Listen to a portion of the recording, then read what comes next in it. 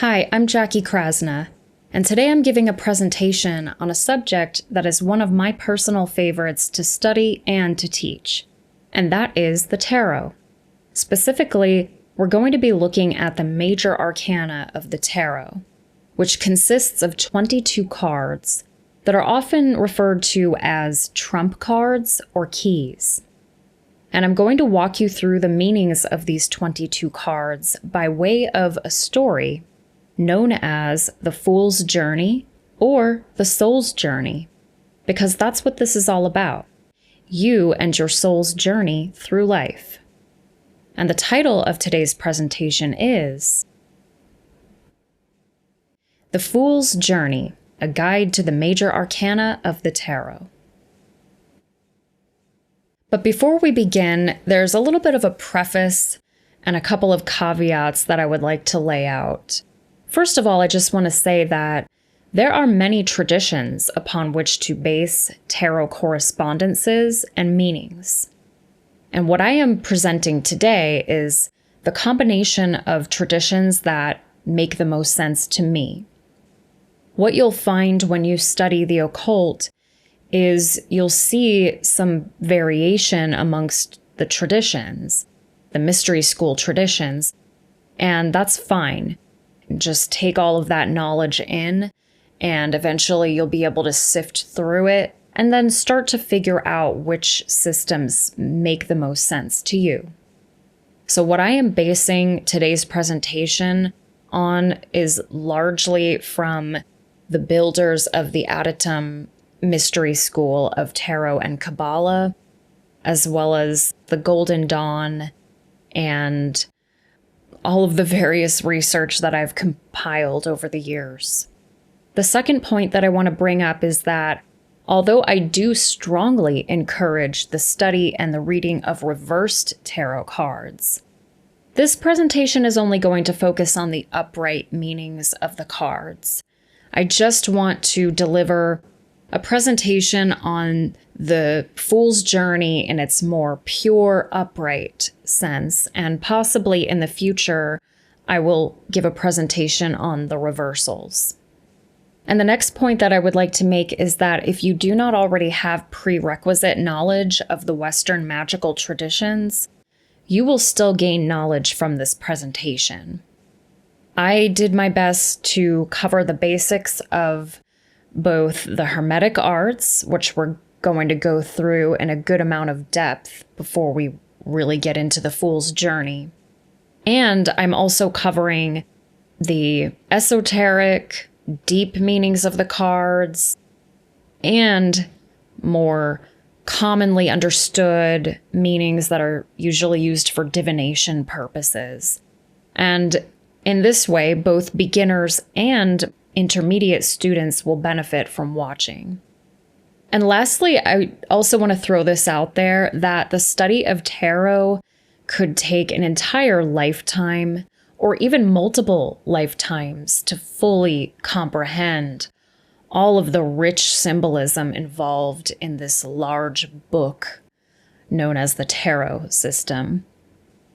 So if I don't cover everything, that's just because I couldn't possibly do that. Okay, so I'm just including the information that I find to be the most important in the tarot system. And I couldn't possibly cover it all because I don't know it all myself. So all of that having been said, let us now take a quick look at an overview of today's presentation.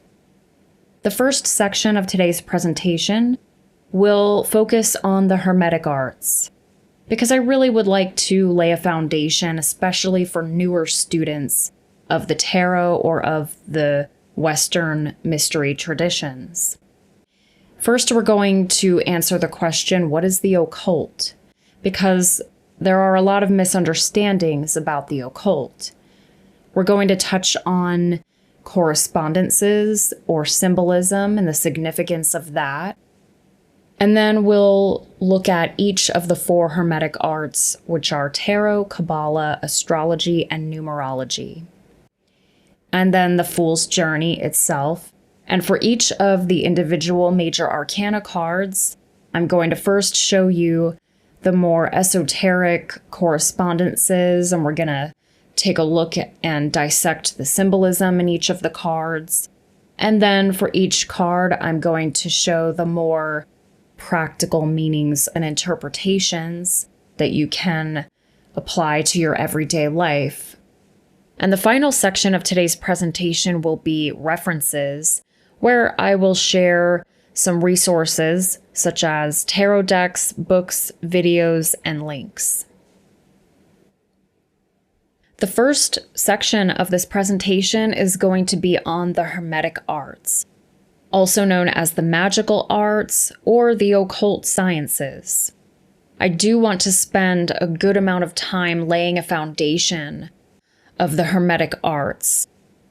As we'll find further on throughout this presentation, it's incredibly important that we have a foundation of the rest of the Hermetic Arts and that we don't attempt to study the tarot independently of these other Hermetic or magical arts. They need to be studied with each other as one discipline. Now, the first lesson that I want to cover is just what is the occult? Because most people have this warped perception that the occult has something to do with very woo-woo or even evil concepts. But the word occult actually just means hidden knowledge. Let's look at the etymology of the word occult. The origin of the word occult is from the Latin verb occultare, which means to hide, to conceal, or to keep secret. Therefore, occult simply means hidden knowledge. This is information that the average person does not know.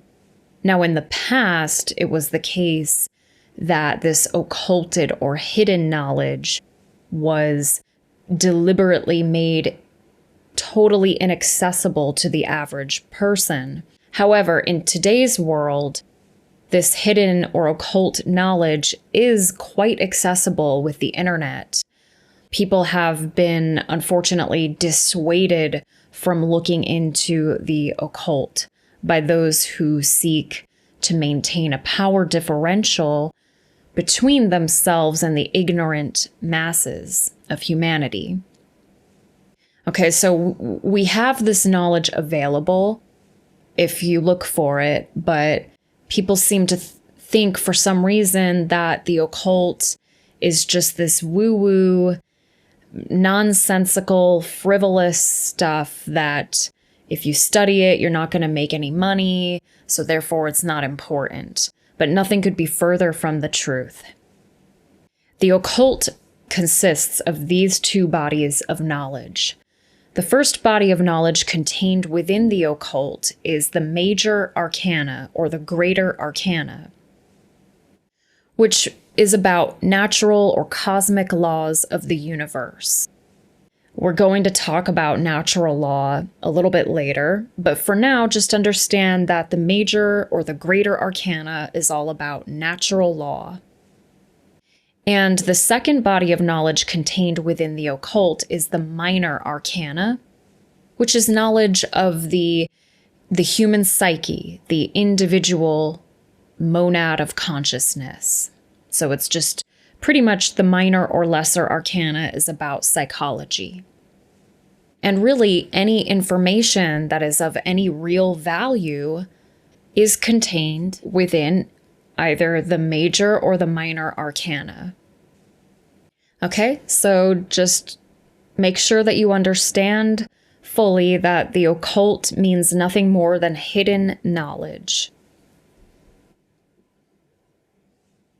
And next, I would like to discuss correspondences or symbolism, because these Hermetic arts are systems of correspondences. A correspondence is an attribution or a symbol. It shows the relationship between two or more planes of existence. In other words, the relationship between the spiritual, mental, emotional, and material planes of reality. A correspondence can include colors, numbers, letters, angels, animals, plants, crystals, fragrances, and more. And not only do correspondences help us to understand aspects of various planes of existence through correlative thinking, but they also help us to communicate with parts of the subconscious mind. And that's really important that we learn how to use symbols to speak with our own subconscious mind. Now, that might sound a little funny, but think about this example. Let's say that you wanted to heal yourself. Let's say you have a physical ailment of some sort, and you could do a ritual in which you invoke the Archangel Raphael, the Archangel of Healing. The Archangel Raphael is a symbol. He is a correspondence.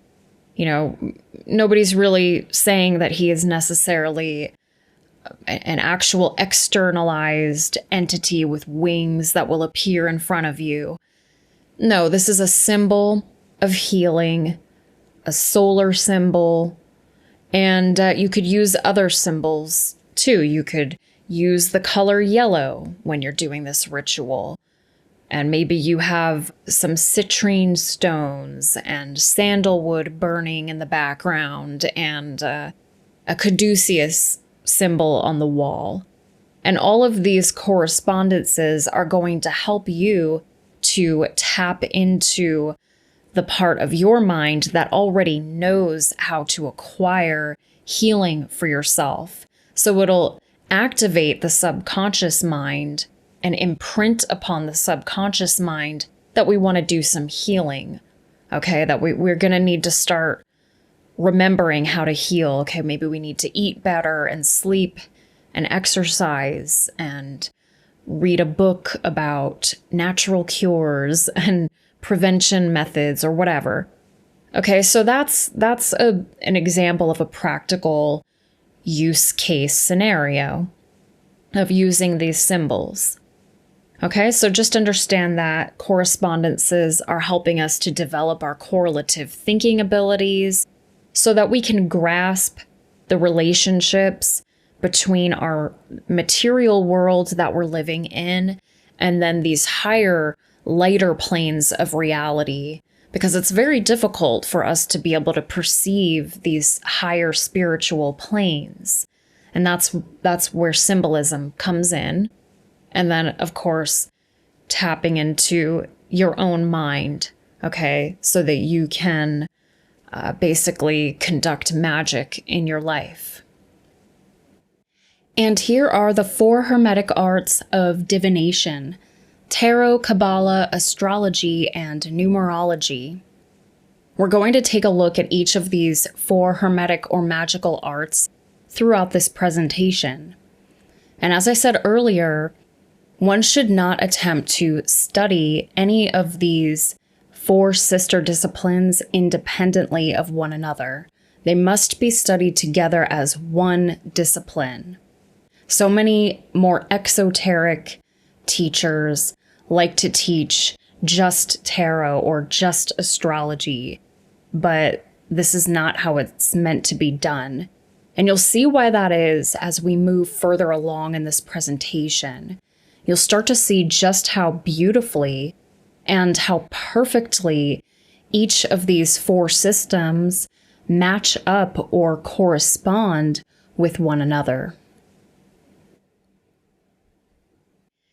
The first of the Hermetic Arts that we're going to talk about is tarot. What is tarot? Well, the most common or exoteric, sort of shallow explanation of tarot is that it is a deck of playing cards dating back to around mid-15th century Europe, and that it is used for divination or fortune-telling purposes. A true understanding of tarot, however, is that it is one component of the Hermetic Arts that conveys ageless wisdom covertly through symbolism. In other words, it's probably a lot older than mid-15th century Europe, but we're not going to get into the history of tarot in today's presentation. Tarot is a book used to understand and navigate the outer world of natural law and the inner world of consciousness. And it is also a means for entering into a dialogue with the higher self, or the intuition, the holy guardian angel, the holy daemon, the true self, the living oracle. You can think about this inner voice as the intuition, which sadly, so many people are almost completely cut off from their intuition. And tarot is an excellent tool for getting back into contact with that intuition. Tarot has also been called the Book of Life or the Book of Truth, and it maps out the rites of passage that we all experience in life.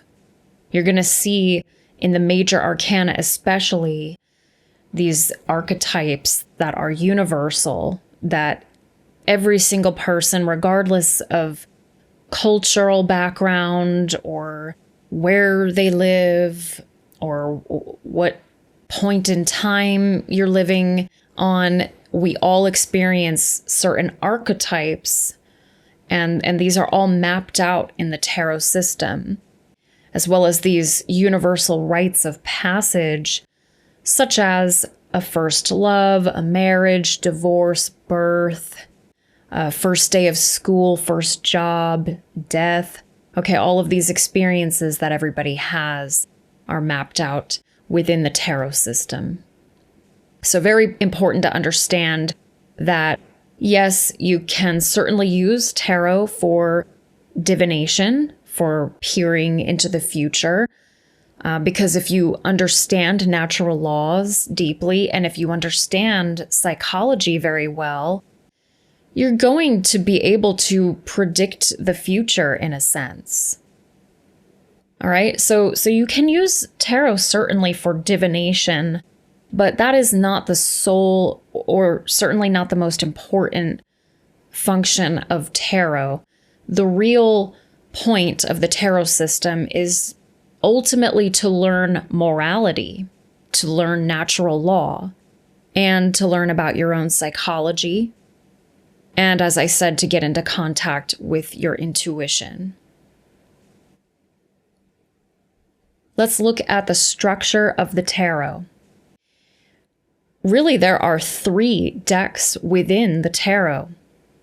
And so you can break down the tarot into 2 bodies of occult knowledge, the Major Arcana and the Minor Arcana. Now, the Major Arcana, of course, what we're looking at today, consists of 22 trump cards or keys. And then within the Minor Arcana, which deals with psychology, you're looking at 2 separate decks. One of these decks in the Minor Arcana includes 40 suit cards with the wands, swords, cups, and pentacles or discs. And they represent the elements and the 4 aspects of the mind. And then you have the 16 court royals, which also contain wands, swords, cups, and discs. And these relate to personality types. Okay, but of course today we are only going to be focusing on the Major Arcana of the tarot. I would like to introduce you now to the goddess of tarot. The word tarot has roots in the ancient goddess traditions. Tara is among the oldest of the goddesses in the Far East and Indus Valley pantheons. In Sanskrit, her name means star, and she's so beautifully illustrated in Key 17, the star card. In ancient Roman religion and mythology, she is Terra, or Terra Mater. Terra is the Latin word for earth. So this is Mother Earth, Mother Nature. During the earliest Egyptian dynasties, she was called Taweret. Other variations of this goddess name include Taort and Taorth. And one of her names, Tarut, later evolved into Taruth, which gave rise to the word truth. This goddess of tarot is the goddess of truth. And we can see that she is the goddess of truth in the way that she is depicted in key number 2, the High Priestess card, in which she is holding the Torah, or the law, the truth, in her hands. On that note, here is the Wheel of Truth, illustrated by key number 10, the Wheel of Fortune card. If you look at this wheel, you can see that there are some Hebrew and English letters. Let's just focus on the English letters, T-A-R-O. Now you can rearrange these letters to form a few different words, which in turn will make up an anagram, a sentence that we're going to look at. So here's those words. You can see the word rota, which means wheel. This is a Latin noun meaning wheel. And then the word tarot, which is the phonetic equivalent of tarot. You can see the word arot, which means to cultivate or to grow, from the Latin verb arare. There's also the word orat, which means to speak in a sort of pleading manner, which comes from the Latin verb orare. And then the word Torah, which is the law from the Hebrew Torah. And finally, the word Ator, which is a phonetic equivalent of the Egyptian goddess of love, Hathor. Now, if you put all of those words together and form a sentence out of these words, you have the following statement. The wheel of tarot cultivates, it pleads the law of Hathor. Or to put it more simply, the wheel of tarot brings order by asking us to learn natural law. And the Major Arcana teaches natural law. The Major Arcana of the tarot contains knowledge of natural laws of the macrocosm. These laws govern both the unseen moral laws of the spiritual domain and the seen physical laws of the material domain. Okay, let's break down the expression natural law into its constituent parts so that we can understand it better. Okay, first of all, the word nature means that something is inherent. It is not made or caused by humankind. It just is. It already exists. It is nature. And the word law is an existing condition which is binding and immutable, meaning that it cannot be changed. So in contrast to what I refer to as man's law, which can always be changed, it can be amended or repealed, a true law is a binding and immutable condition. Like the law of gravity is a natural law that, of course, can never be changed, and it wasn't made or caused by humankind. Natural law, then, is a set of universal, non-man-made, binding, and immutable conditions that govern the consequences of behavior for beings with the capacity for holistic intelligence. If you have never heard of natural law or cosmic law, universal law before, I strongly recommend that you watch a documentary entitled Mark Passio and the Science of Natural Law. And here's the Justice card, key number 11, the very center of the Major Arcana, to show that this is all about equilibrium. This is natural law. And Lady Justice here, or some people think of this as more of a king. It's a little bit of an androgynous looking character, but he or she holds the sword of truth and has, of course, the balanced scales of justice in the other hand. Let's look at some of the individual natural law principles. Sometimes known as the Hermetic principles, but there's a lot of controversy and debate about whether these principles are actually Hermetic philosophy. So without getting all into that, these universal principles encompass natural law and are central to the Major Arcana of the tarot. The first 7 of these principles have been outlined in the 1908 book, The Kabala, which is thought to have been written by William Walker Atkinson under the pseudonym The Three Initiates. Okay, so this book, The Kabala, let me first of all say there's a lot of snobbery going around about the Kabala. A lot of people I've noticed turning their noses up at it, but I find it to be an excellent book to start to grasp basic natural law principles. And let's just briefly go through each of them. The first principle is the principle of mentalism, which means that the all or source is mind. The universe is mental. We are a product of the one great mind. And if we as individuals would like to create or manifest anything, we must first conceive of it as an idea in the mind, and then perhaps design the thing that you want to manifest or make a plan and then take action for it to finally come about. And then finally, it can be brought into manifestation. But everything first originates in the mind, and that is the principle of mentalism. The second principle is the principle of correspondence. And a good way of summing that up is with the phrase, as above, so below, as within, so without.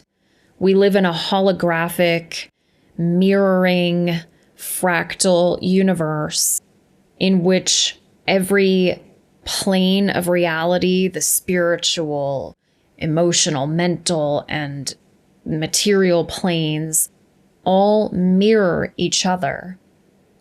And we can see the principle of correspondence within the material plane when you look at patterns known as sacred geometry, the Fibonacci sequence, the ratio of 1.618 that is found all throughout nature, from the microcosm within our own bodies. On a microscopic level, we can see certain ratios and patterns found within seashells, sunflowers, trees, hurricanes, galaxies. You'll notice these very similar patterns, and that's the law of correspondence on display for us. The principle of vibration is that nothing rests, everything moves. If you were to zoom way in to any object that appears to be still, you'll find that the particles that make up that object are constantly vibrating. Okay, nothing is ever truly at rest. The fourth principle is the principle of polarity, which means that everything is dual. Everything has a pair of opposites. We live in a world of contrast. We have hot and cold, light and dark, fear and courage, etc. And you can apply the law of polarity. Say you're in a negative state of being, state of thinking, maybe you're in a state of fear.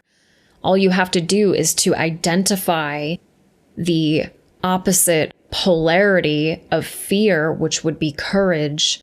And once you have identified that, you can then start to focus your mind on courage, and you can attain that new state of being. The fifth principle is the principle of rhythm, which says that everything has its tides, everything has a rise and a fall, everything has a ridge and a trough, everything, including your thoughts and emotions, have a waveform pattern to them. And the wavelength, whether the wavelength is of a high or low frequency, that is going to determine the quality of that thing. Law number 6 is the law of cause and effect, which may be the most important law for people to immediately understand. This law says that every effect has its cause. Every cause has an effect. And this may sound like complete common sense, but if you look around you, if you look at people in your personal life or maybe even yourself, you'll find that most people don't seem to understand that there is such a thing as cause and effect. Because if they did understand this principle truly, then they wouldn't continue doing the same actions over and over again, expecting a different result and not getting it. So clearly, people are not understanding the law of cause and effect because history keeps repeating itself. We keep seeing horrible atrocities going on in the world, and people don't change their behavior. Obviously, someone is not understanding the law of cause and effect. Principle number 7 is the principle of gender, which means that everything has its masculine and feminine principle. Okay, we see masculinity and femininity expressing itself through biological sex, of course, but all things have a masculine and feminine principle. Everybody has a masculine and feminine part of their psyche. You know, you have your outward, more projecting masculine part of the mind, which is your conscious mind, regardless of whether you are a biological male or female. And then everybody also has a more receptive, deeper feminine part of their minds, which is the subconscious mind. That's the feminine principle of the human psyche. And that's just one example of gender. Gender is in all things.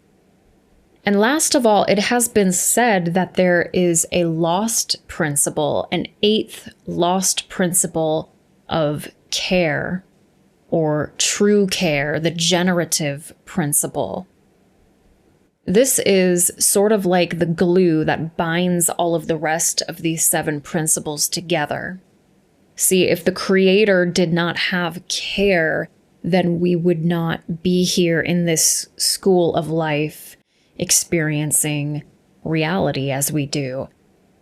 And if we do not have care in our individual lives, then we will not devote time and attention and other forms of currency to learning, focusing, attention on things that need to improve or change.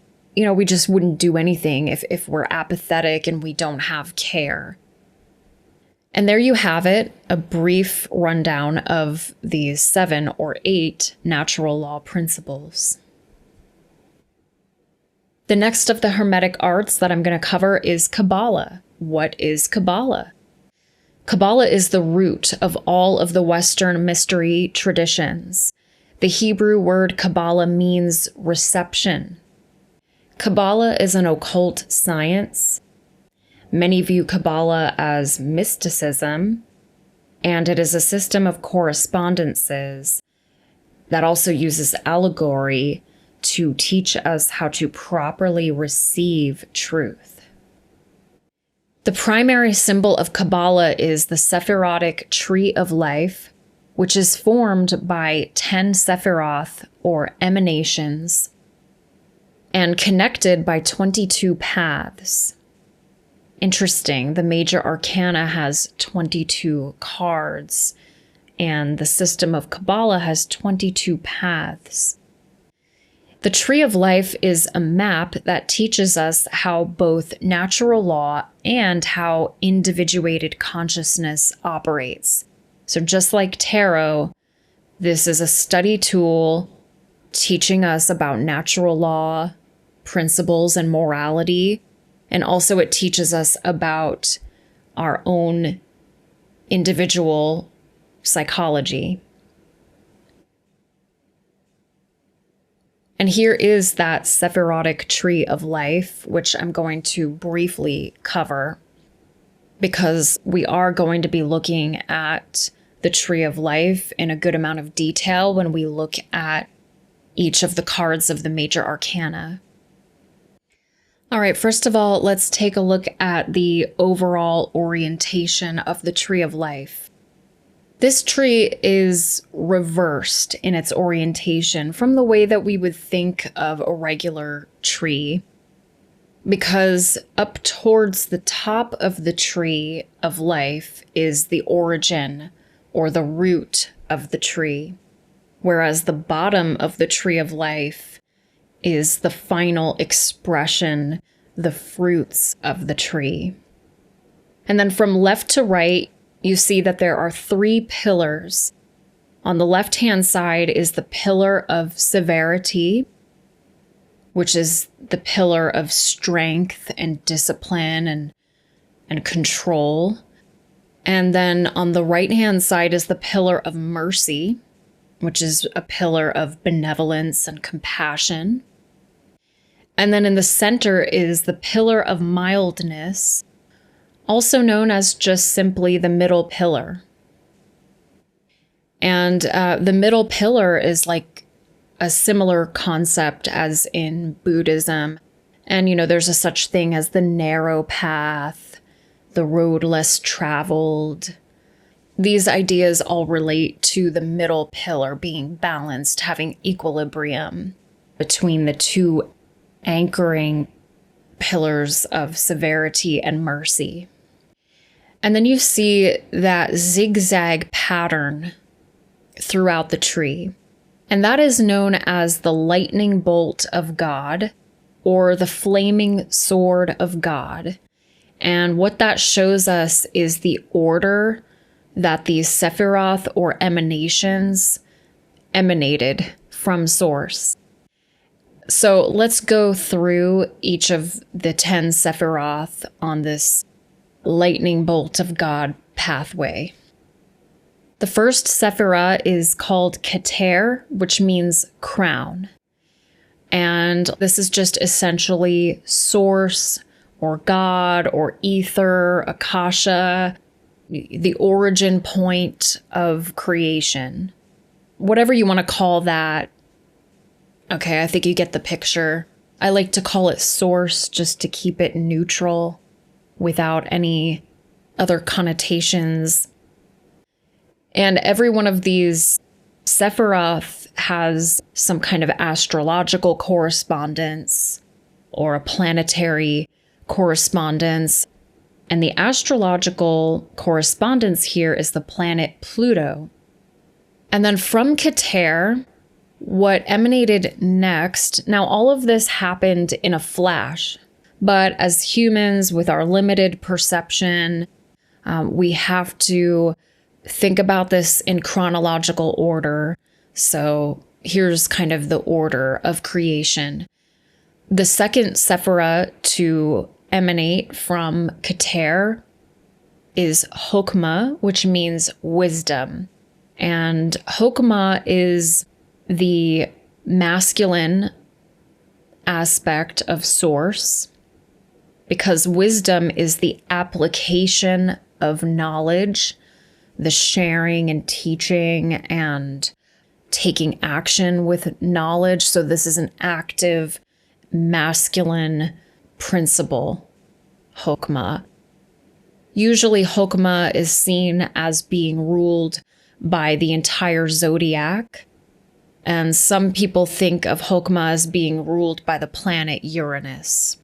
So this is a very electrical, masculine energy, and it is considered the potential of creation. Going straight across to the pillar of severity, the next Sephirah is Binah, which means understanding. This is the processing of information. This is logic. This is imagination. And this is the feminine part of Source. Binah is the great mother of the universe, the womb of creation, and the planetary correspondence for Binah is the planet Saturn. And so since Binah or Saturn is viewed as the womb of creation that brought rise to the material plane, Binah usually has association with restrictions and form, limitations, time, and boundaries. And Binah is on the pillar of severity. So there's a harsh, restrictive energy to Binah. Because if you think about it, if a woman takes potential life force energy and turns that into a child, what she has done in that act is to restrict energy into a limited form, the child. Okay, so that's the relationship between Binah and the pillar of severity and restrictions. Okay, and now with Sephiroth 1, 2, and 3, what we see is known as the supernal triangle. This is basically just the feminine and masculine components of Source. And you see that there's no color to it yet. Okay, this is a pretty much undifferentiated part of creation.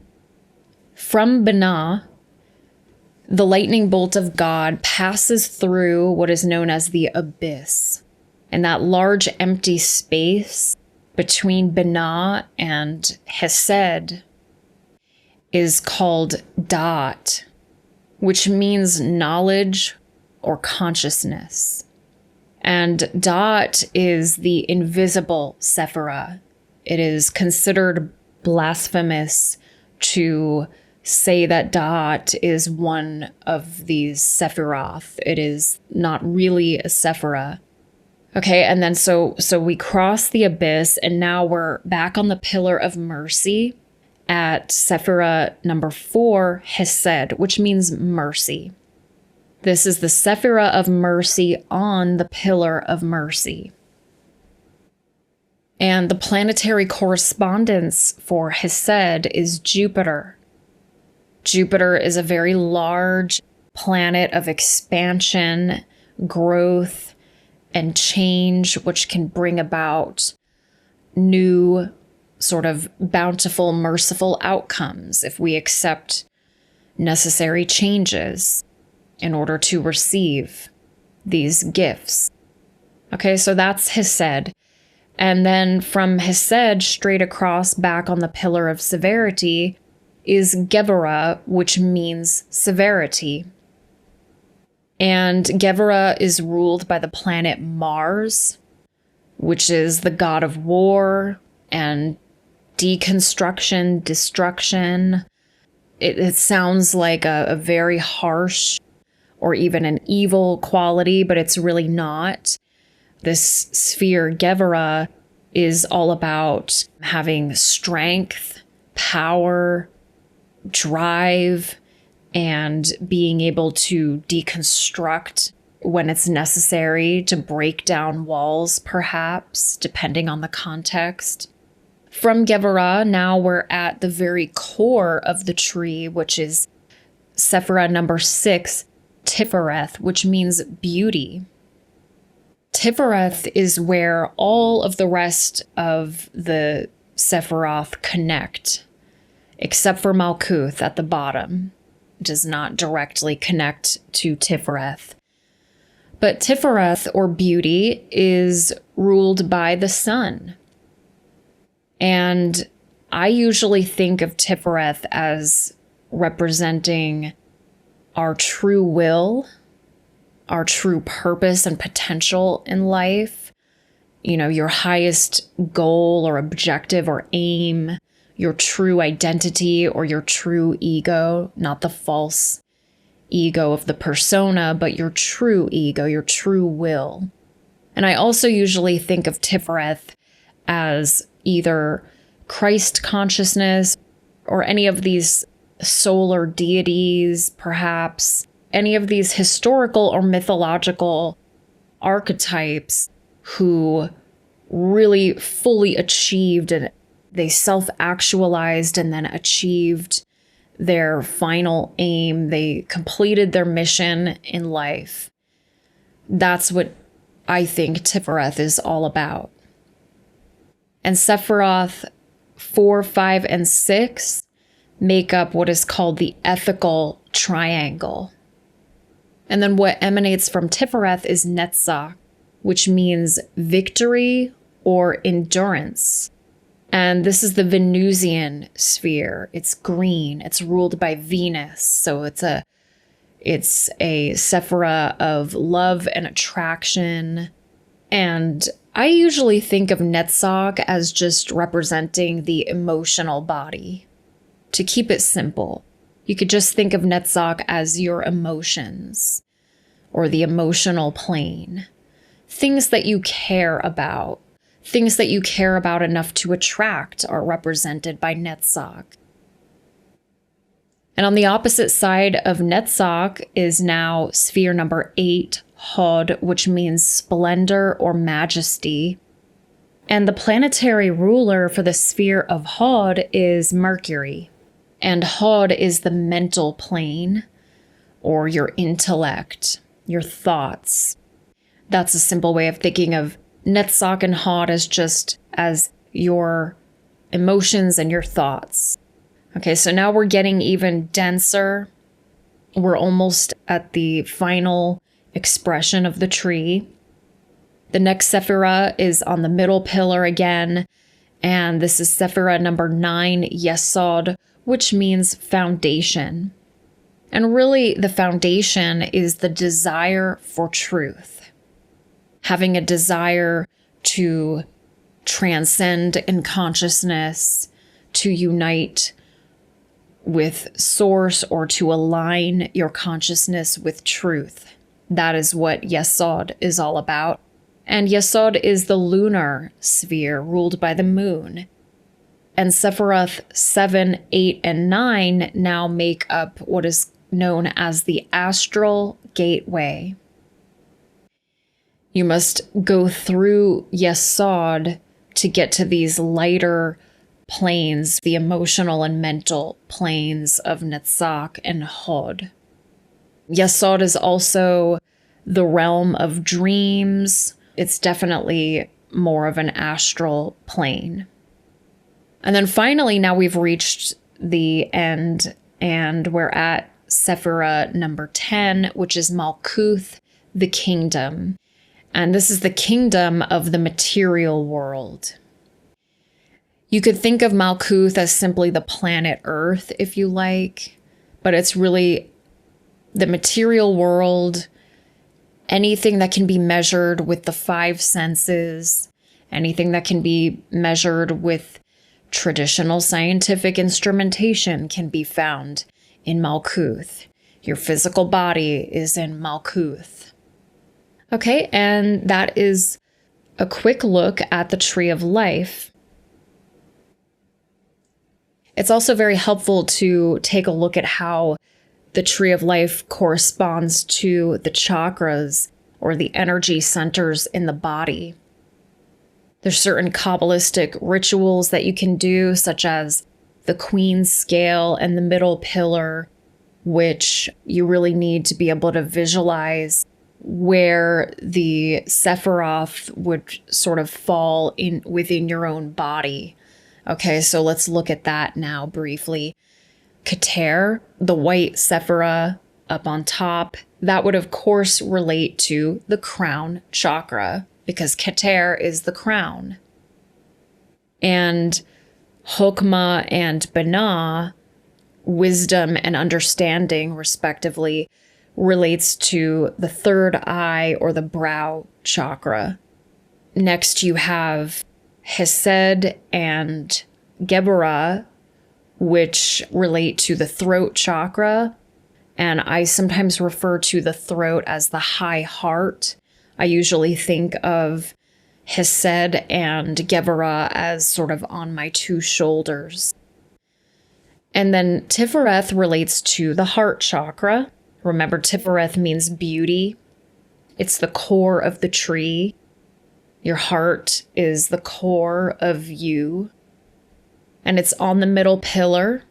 The heart chakra is green. That's important to remember. Green is really the color of love. It is the color of nature. It's the very center of the visible spectrum. So it's a color of equilibrium.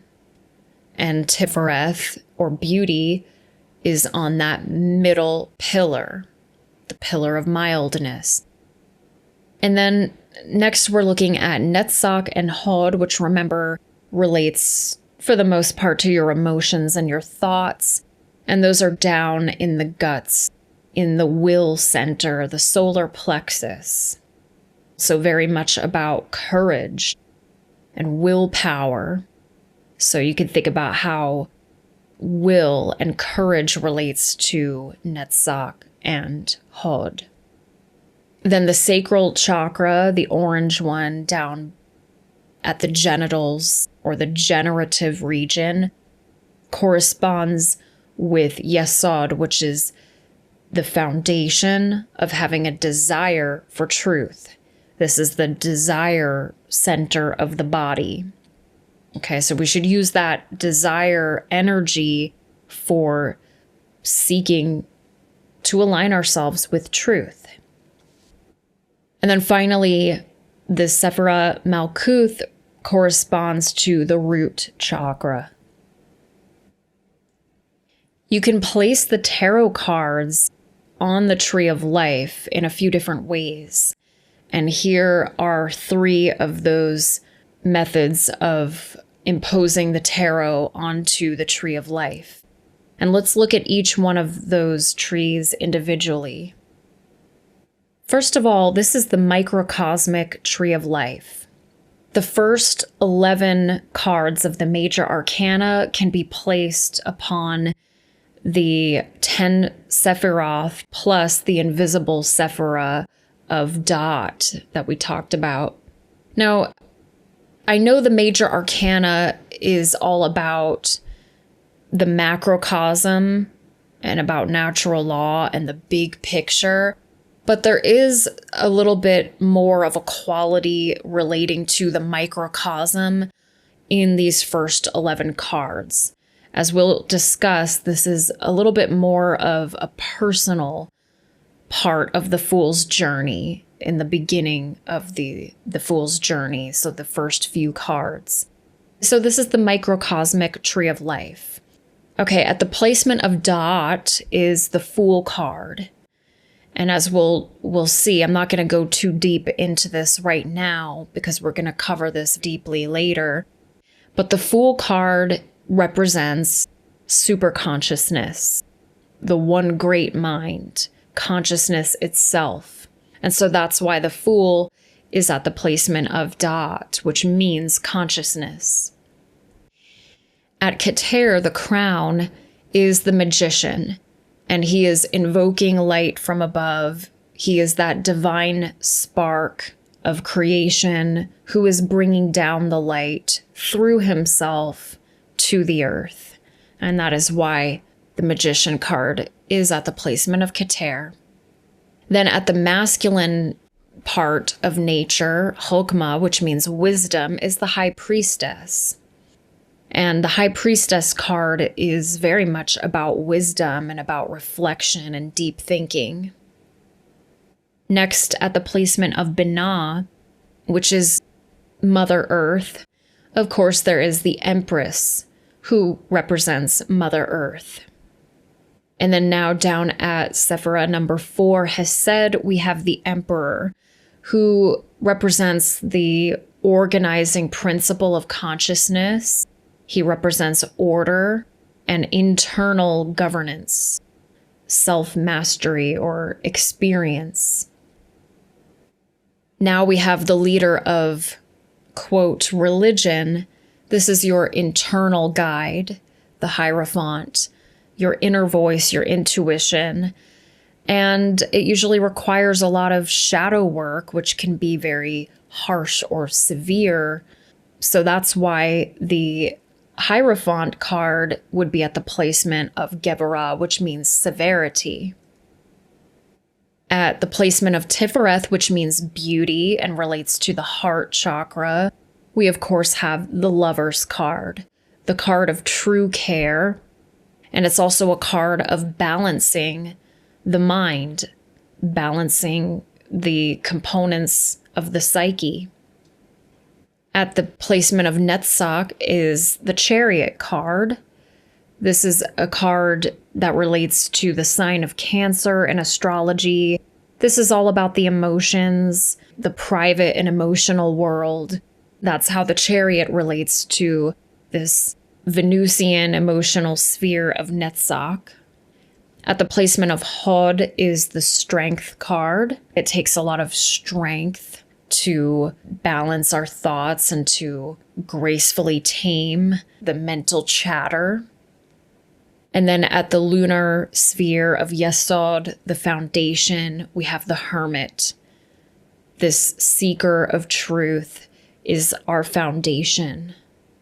And then finally on the microcosmic tree of life is the Wheel of Fortune, which represents karma, our karmic paths, as well as natural law. And this could go either way. You could ascend on the Wheel of Fortune, or you could go backwards on the wheel. But it's up to you. And that brings us to the macrocosmic tree of life, which consists of the second set of 11 Major Arcana cards, and it depicts the latter half of the Fool's journey. The sort of bigger spiritual and end-of-life lessons, as well as natural laws. So starting up at the top of the tree at Keter, the crown, we have the Justice card, because what could be higher than justice?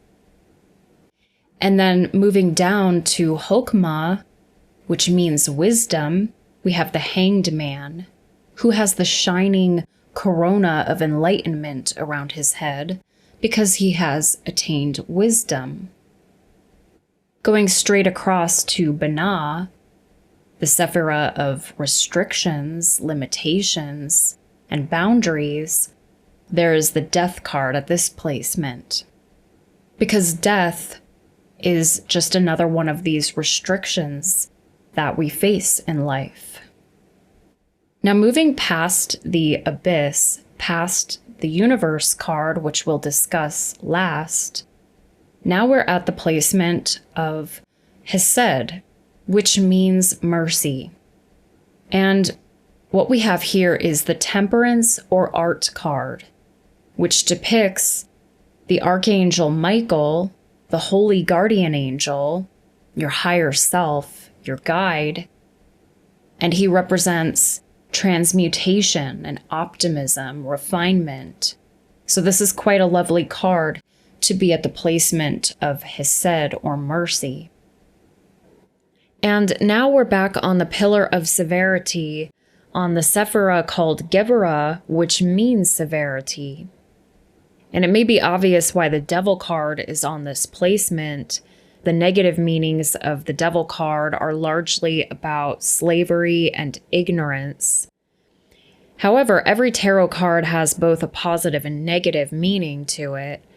And the more positive meanings of the Devil card are that it is about developing a career, public reputation, and achieving material success. And these goals are not easy to achieve. They require a great deal of tenacity, diligence, hard work, and patience.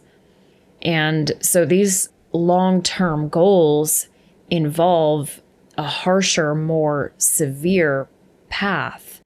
And that is why the Devil card works so well on the placement of Geburah.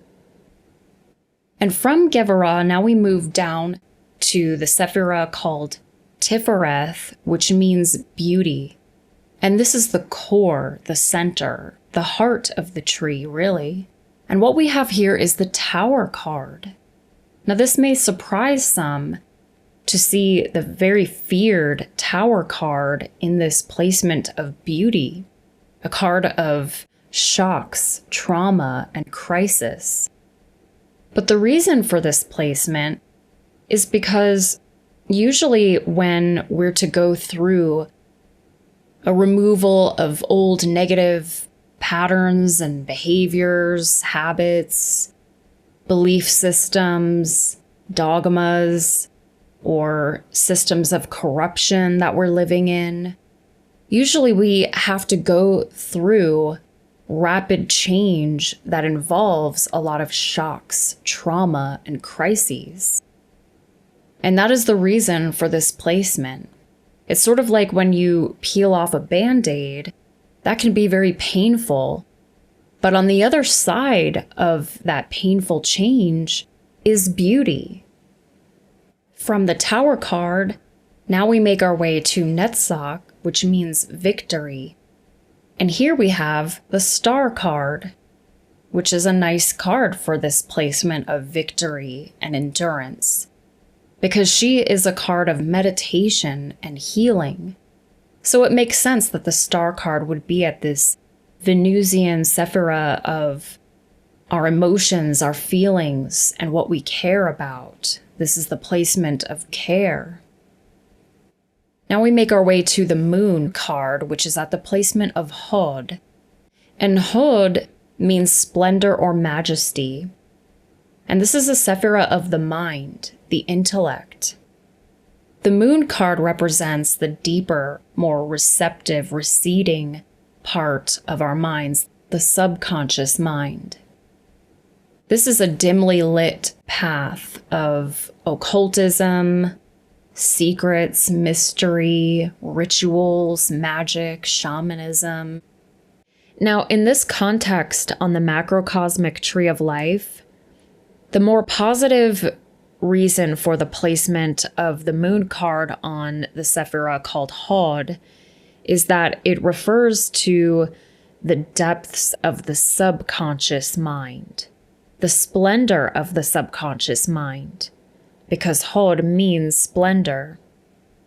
But the more negative meanings of the Moon card in this placement could refer to a rejection of truth, a taking of the left-hand path, or an avoidance of one's fears, an avoidance of looking at the darker side of the mind, the shadow. From the Moon, we'll go down to Yesod, which means foundation. And this is a foundation of having a desire for truth. Now, the Sun card is at this placement, and the Sun represents truth, spirituality, sovereignty, and freedom.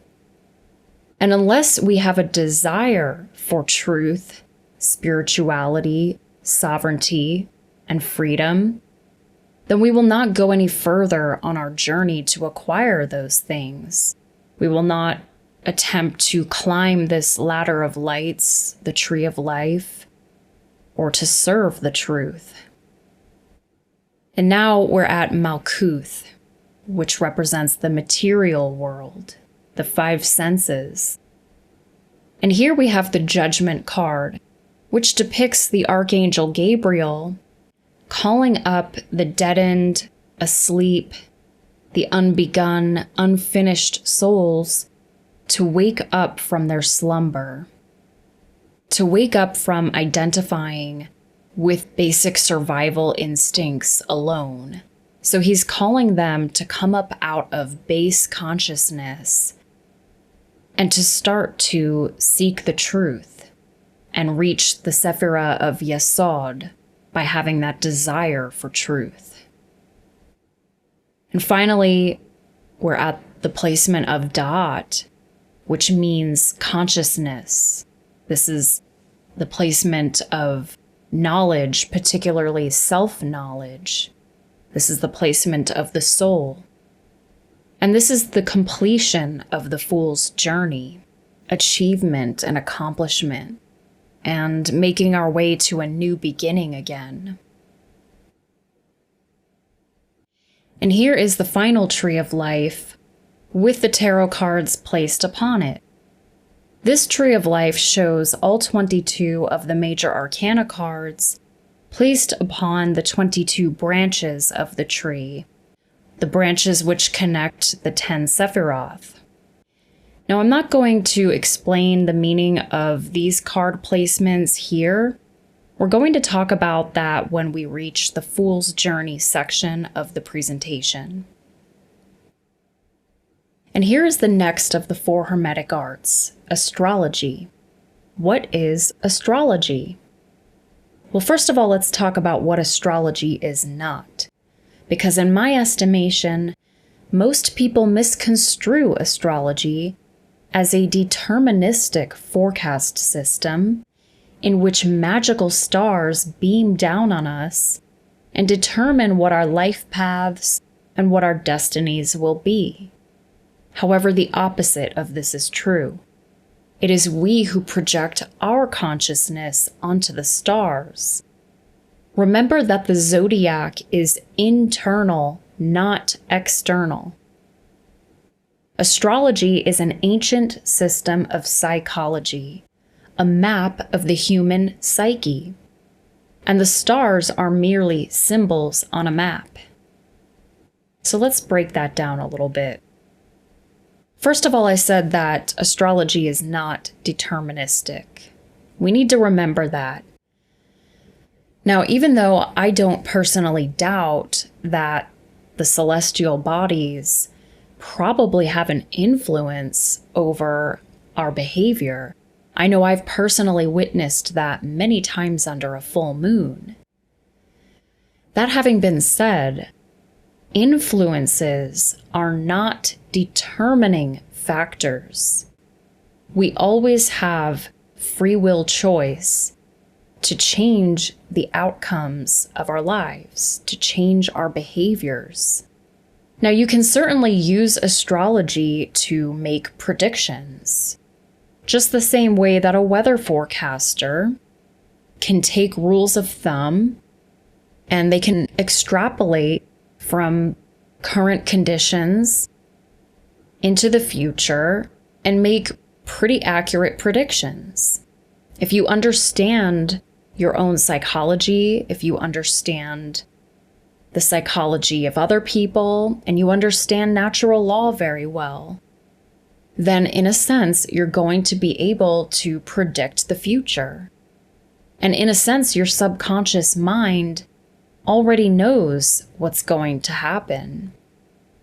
And this is why I personally favor evolutionary astrology, because evolutionary astrology acknowledges that influences are not determining factors. We always have free will choice to change our behaviors and therefore change the outcome of those actions that we take. Now, the next point that I made was that the zodiac is internal and not external, right? This is a system of psychology.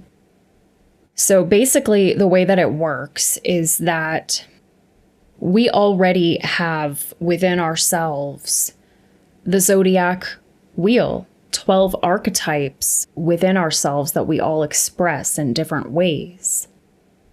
And the ancient adepts or master psychologists who understood the patterns and the rhythm of the mind, what they did was to look up at the sky and map out the psyche through planets and constellations that could represent those parts of the psyche and certain personality types.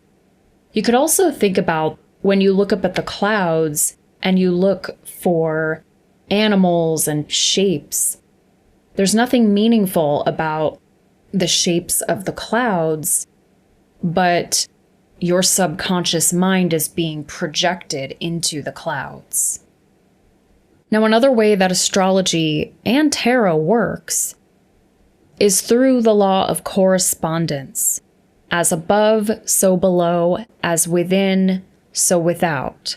Remember, we live in a holographic, fractal universe in which every plane, and even within the material plane, all of these different layers to our reality mirror each other.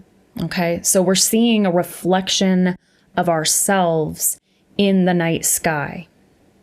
So, just to repeat that, the zodiac is internal, not external, and we need to remember that. Here is the zodiac wheel, which contains 12 signs or personalities. Everybody has their own unique blueprint of this wheel. And remember, like I said, this is an inner zodiac. This represents a blueprint of your personality. And it's broken into 4 quadrants. If you look at the line running horizontally across the wheel, on the left-hand side in between Pisces and Aries, that area of your birth chart is called the ascendant. And it contains information about what was going on the eastern horizon when you were born. And what this tells us is what your outer personality and identity and appearance is likely to look like. Across from that, between Libra and Virgo, this area of your chart is called the descendant. And that area of your chart tells you where you're likely to project in life. And also what sort of contractual relationships, such as marriage or business partnerships, that you're likely to have.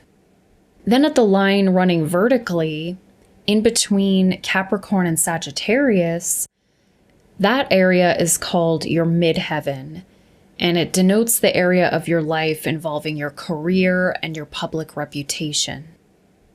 And then there are 12 personality types or archetypes surrounding the wheel. And each of these signs is associated with a symbol. You have the ram, the bull, twins, etc. And the signs are also associated with a part of the body, as well as a planetary ruler.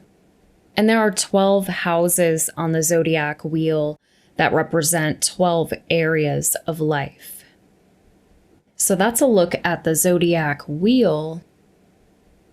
Now let's take a look at the signs of the zodiac. As we'll see when we get to the Fool's Journey section of this presentation, each of the tarot cards has an association with astrology.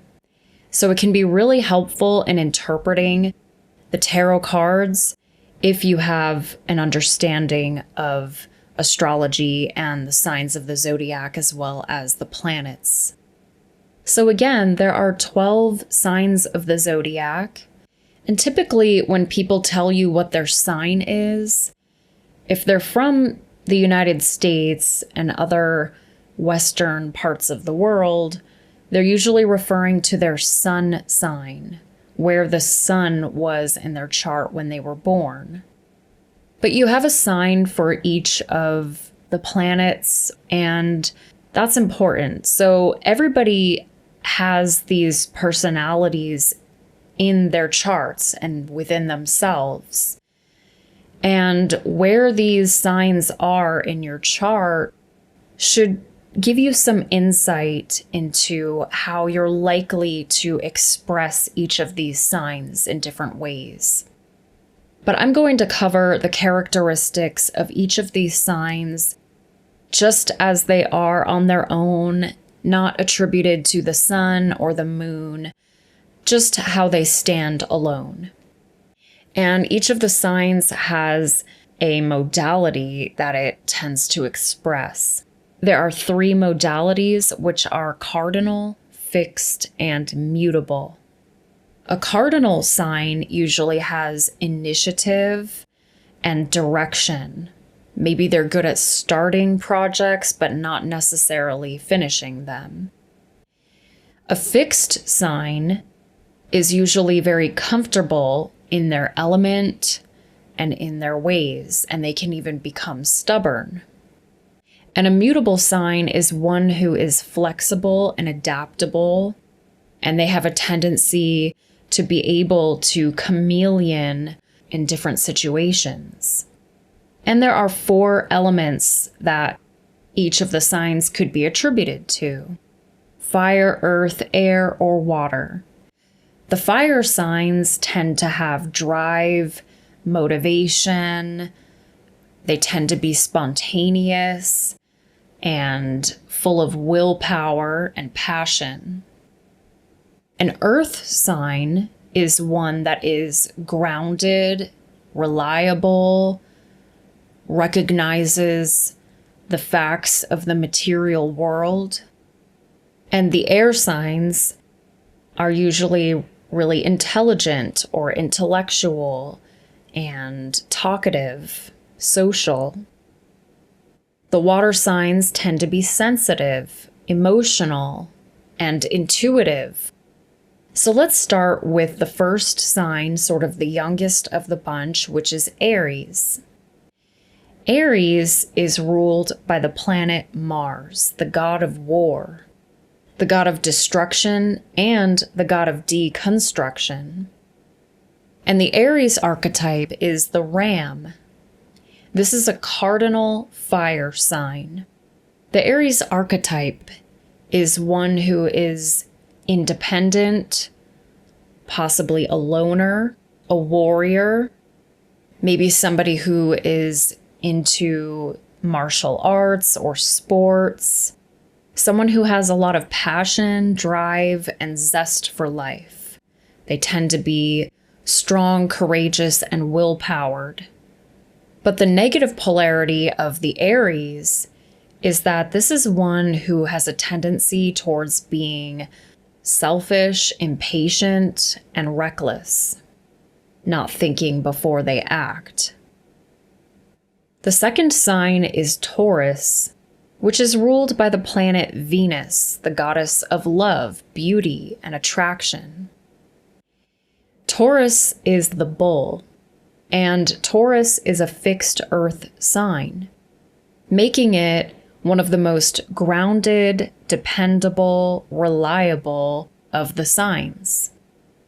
And the Taurus usually has an appreciation for nature and beauty. But the shadow side of Taurus is that this can be a personality that could be sort of slow-going, lazy, kind of a couch potato, or maybe valuing sensual pleasures too much. The third sign is Gemini, which is ruled by Mercury, a planet of intelligence and communication. Gemini is the twins, and this is a mutable air sign. This is a personality who is social, outgoing, playful, curious, inquisitive, and charming. But a Gemini can also be one who is fickle, petty, meddling, bickering, and immature. The sign of Cancer is ruled by the moon, and this is the crab, and it's a cardinal water sign. The sign of Cancer is one who is sensitive, emotional. They value relationships. Cancer is the archetype of the protective mother or the parental figure. One who is nurturing, caring. However, the negative polarity of the Cancer is that this is one who might be overly protective, the suffocating mother archetype. Possibly someone who could become codependent in relationships and maybe somebody who values safety and security too much. The next sign is Leo, the lion, which is ruled by the sun. And this is a fixed fire sign. The Leo, being ruled by the sun, the center of the solar system, is one who is usually the center of attention. Someone who's quite outgoing, social, charismatic, confident, the life of the party. You always know when there's a Leo in the room. And they can be great entertainers and performers, or even celebrities. Now, the shadow side of Leo is that this could be one who takes that solar energy and uses it for dark purposes to blind people with the light. This could be one who becomes a black sun, a psychic vampire. Next, we have Virgo, which happens to be my sign. And Virgo shares planetary rulership with Gemini. They are both ruled by Mercury. Now, Gemini was the more masculine, extroverted expression of Mercury, whereas Virgo is the more feminine, internal expression of Mercury. Virgo is the archetype of the virgin or the maiden, and this is a mutable earth sign. The Virgo archetype is usually very organized. They pay a lot of attention to detail, and they focus a lot of their energy on their daily routines, chores, jobs, and they also are concerned about their health and just everyday mundane matters. The negative polarity of Virgo is that they're known for being perfectionists and for being overly critical, especially self-critical, and they tend to have a mindset that they always know what's best. They can even be naggy at times. Now we're at the sign of Libra, which is the very center of the zodiac wheel, and Libra is, just like Taurus, also ruled by Venus. Now, Taurus was the more feminine, introverted expression of Venus, whereas Libra is the more extroverted, masculine expression of Venus. Libra is the archetype of the balance scales or the justice scales. And this is a cardinal air sign. The Libra archetype is usually really concerned with justice and fairness. They tend to be social and have a lot of social grace, decorum, good etiquette and manners. They can be great party hosts.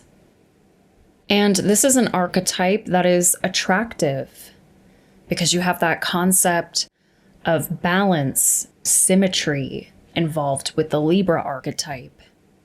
But the shadow side of Libra is that this personality type has a tendency towards being fake, two-sided, duplicitous, shallow. The next sign is Scorpio.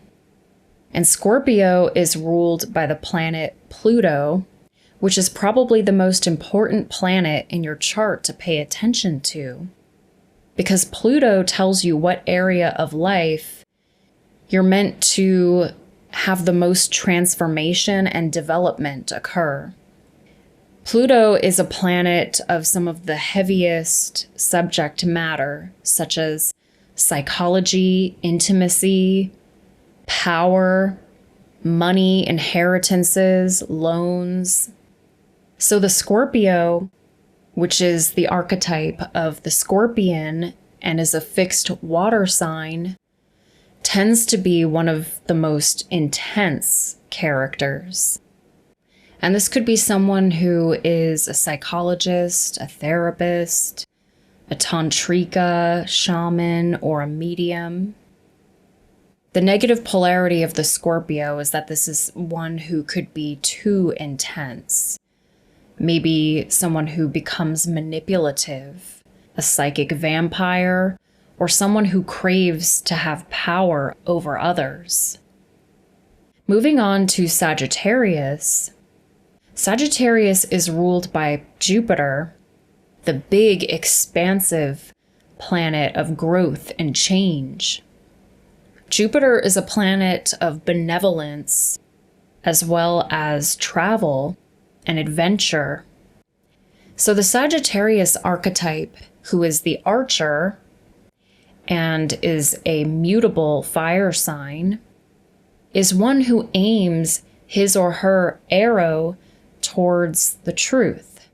This is usually one who is an intellectual or philosopher who values objectivity and seeking the truth, seeking out higher education. And this is one who typically learns through experience and personal gnosis, adventure. And that is where the travel becomes important for the Sagittarius. Now, if the Sagittarius were to veer off course, this is one who might become dogmatic and have a very rigid belief system. This could be a religious fanatic. And I'm not just referring to the main cultural religions of the world, such as Judaism, Islam, or Christianity. This is someone who could fall into atheism or scientism. And this is one who could, if they're not careful, become a bigot or have a very us versus them mentality. Next, we'll talk about Capricorn, which is ruled by the planet Saturn, a planet that puts the brakes on things. This is a planet of restrictions, boundaries, and limitations. The Capricorn archetype is the goat, and this is a cardinal earth sign. The mountain goat can walk straight up a steep mountain. And the reason that this mountain goat is the symbol of the Capricorn is because the Capricorn has perseverance, extraordinary patience, diligence, tenacity. This is one who values long-term success. And also someone who values their career and their public reputation. But the negative polarity of Capricorn is that this is someone who might become too obsessed with success, security, and their station in life, their public image. This person might fall into materialism more easily than the other signs. The next sign is Aquarius, which has dual planetary rulership. Aquarius is ruled by both Saturn and Uranus. And Uranus is a planet of uniqueness and individuality, as well as revelation and enlightenment. The Aquarius is the water bearer, but even though this is the water bearer, Aquarius is a fixed air sign.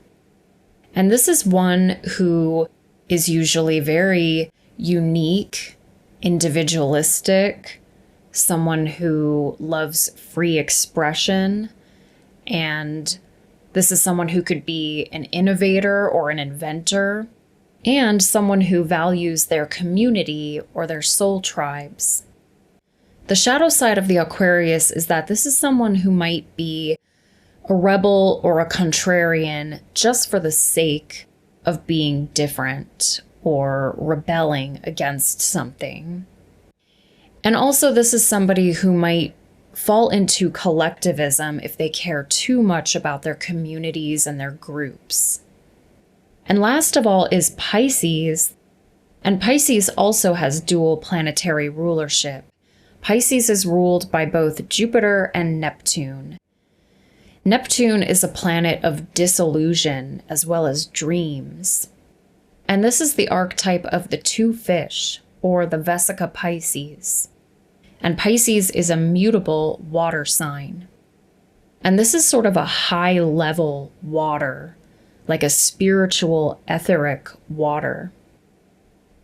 The Pisces usually is a mystic or a dreamer, someone who's quite intuitive and sensitive, someone who could be a medium to the other side, or an oracle.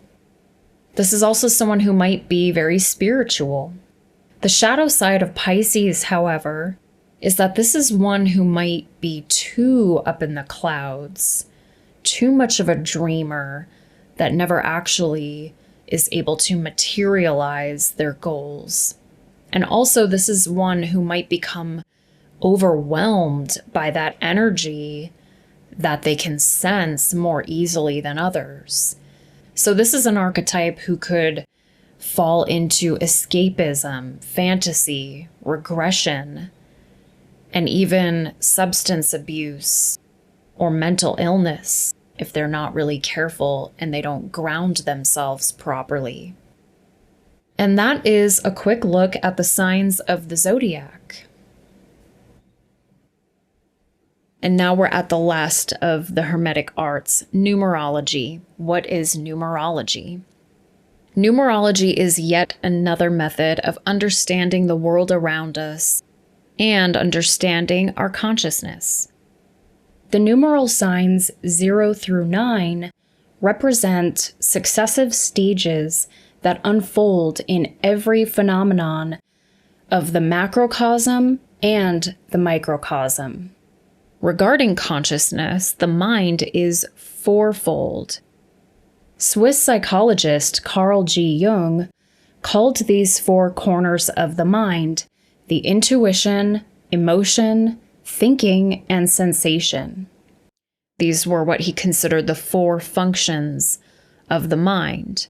So 4 is a very important number in numerology, and there are many other significant numbers, but I do want to mention the significance of the number 4. Tarot, Kabala, and astrology are all numerical systems. Some significant numbers in these systems include the numbers 3, 4, 7, 10, 12, and 22. In tarot, there are 4 suits and 22 major arcana cards. In astrology, there are 3 modalities, 4 cardinal points, 7 planets or chakras, and 12 signs. In Kabbalah, there are 10 Sephiroth and 22 branches on the Kabbalistic tree of life. Again, there are many other important numbers in numerology, but I want people to pay attention to these numbers for now. And interestingly, if you look at this image of the familiar childhood game hopscotch, hopefully you can notice now after our quick lesson on Kabbalah and the Tree of Life that this is a depiction of the Kabbalistic Tree of Life. From start at Keter, the crown, all the way down to number 10 at Malkuth, the kingdom. So pay attention to numbers in your life, because a lot of times the universe is trying to communicate to you through numbers, or you're just seeing a meaningful coincidence through these numbers. And now we'll cover each of the numeral signs, starting with the non-number 0, which is no thing. 0 is absence, infinity, source, the limitless or no limitations, and it also represents superconsciousness, the one great mind that we are all a part of.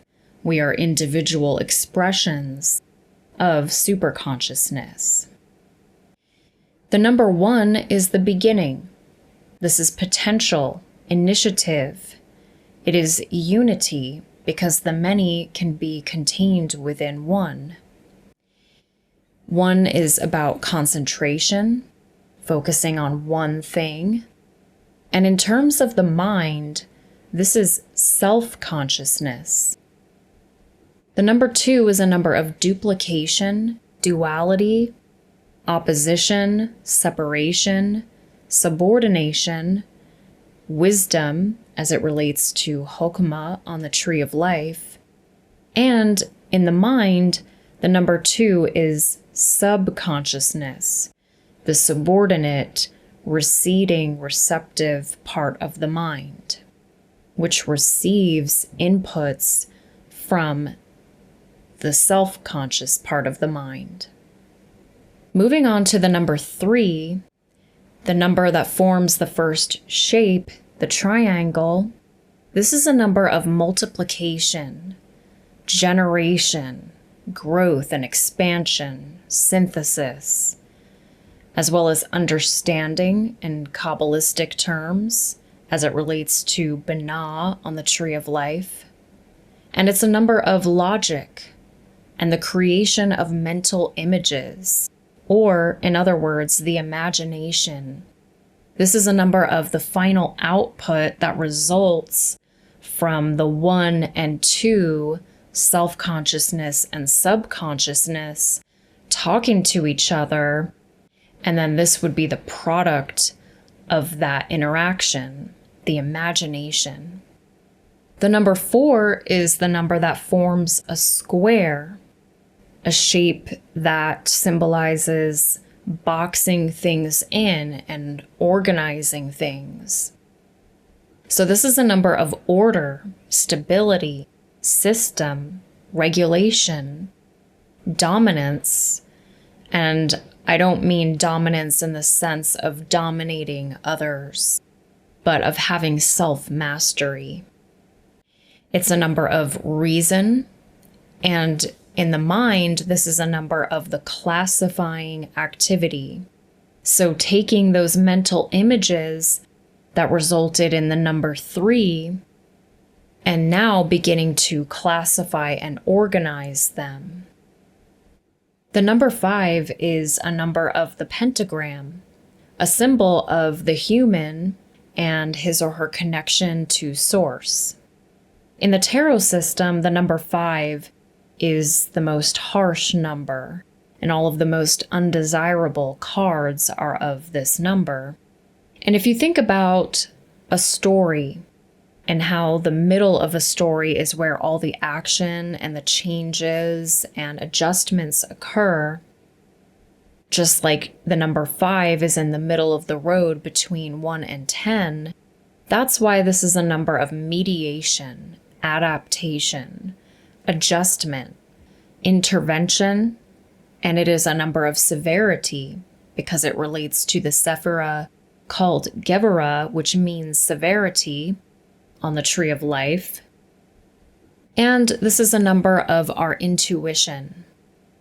As we'll see later, the Hierophant card, key number 5, in the tarot system, is a card of intuition and our inner guide. The number 6 is the number of the hexagon or the hexagram. This is a number of reciprocation, correspondence, harmony, equilibration, symmetry, and beauty. This is related to the Sephirah called Tifereth, which means beauty on the Tree of Life. So this is a number that's all about balance. This is a solar number. The number 7 is one of the most spiritual numbers, a number of equilibrium, art, conquest, victory from the Tree of Life, Netzach, which means victory. This is a number of mastery, patience, and peace. And the number 8 is the symbol of infinity. This is a number of rhythm, a rather musical number of flux and reflux, alternation, vibration, education, and progress. And finally, the number 9 is the number of conclusion, fulfillment, attainment, perfection, and adeptship. And those are all of the numeral signs. So again, make sure that you pay attention to how numbers show up in your life, because it could be that you're experiencing a synchronicity or a meaningful coincidence. And that brings us finally to the Fool's Journey. We're going to talk about each one of the cards of the Major Arcana. And first, I'm going to give you the deep esoteric meanings of each of these cards, and we're going to dig into the symbolism and the meanings of the imagery on the cards. But then we're also going to take a look at the more commonly understood meanings of the cards and the meanings that I might attribute to the cards if you were doing a reading for yourself or somebody else. Here is what the Fool's Journey looks like if you were to lay out all of the cards and separate them into 3 rows. So the Fool represents the soul. He is the newly incarnated soul who's taken a leap of faith and decided to incarnate into this realm. And the first row in this journey, cards 1 through 7, the Magician through the Chariot card, this is the first part of his journey. This is considered to be the more mental part of the Fool's journey. This is where the Fool is starting to gain self-awareness and awareness of his own powers. And it's a little bit more of a personal and an individualistic part of the journey in which the Fool is paving out his own unique path. In the second row, cards 8 through 14, the Strength card through the Temperance card, this is the more material part of the Fool's journey, in which the path has already been paved for him. Many others have taken this journey before. And this represents the Fool's influence in the world. Him starting to materialize his will and influence others. And then the last row, cards 15 through 21, the Devil card through the universe, is the more spiritual or end of life part of the Fool's journey. This shows his final stages of evolution, whether he's going to graduate from this school of life or have to do it again, So that's just a brief overview of what the Fool's journey is going to look like. And now we're going to talk about each of the 22 cards of the Major Arcana, starting with, of course, the Fool. The Fool is card number 0 and card number 22. You could place this card anywhere within the Major Arcana, and he would belong. This card really can't be numbered. It is the beginning, the middle, and the end. The Golden Dawn, more esoteric name for the Fool card, is the Spirit of Ether, because he represents pure consciousness, super consciousness, ether, or Akasha. There's a lot of different names for this, but basically you can think of the Fool as consciousness itself, just pure consciousness. The soul. This is the soul card.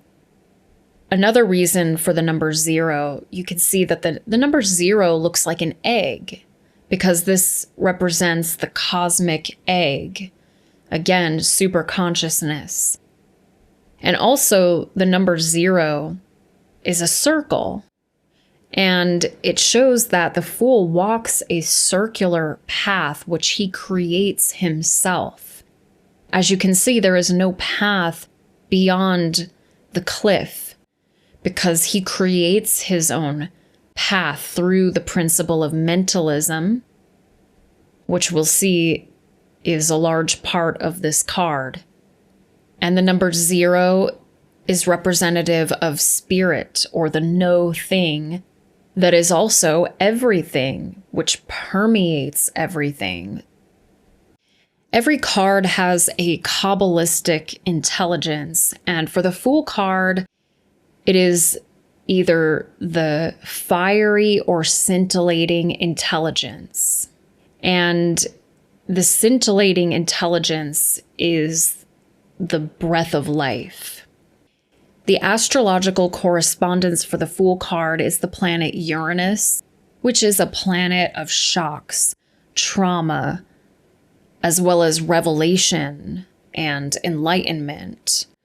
It's a planet of uniqueness and individuality.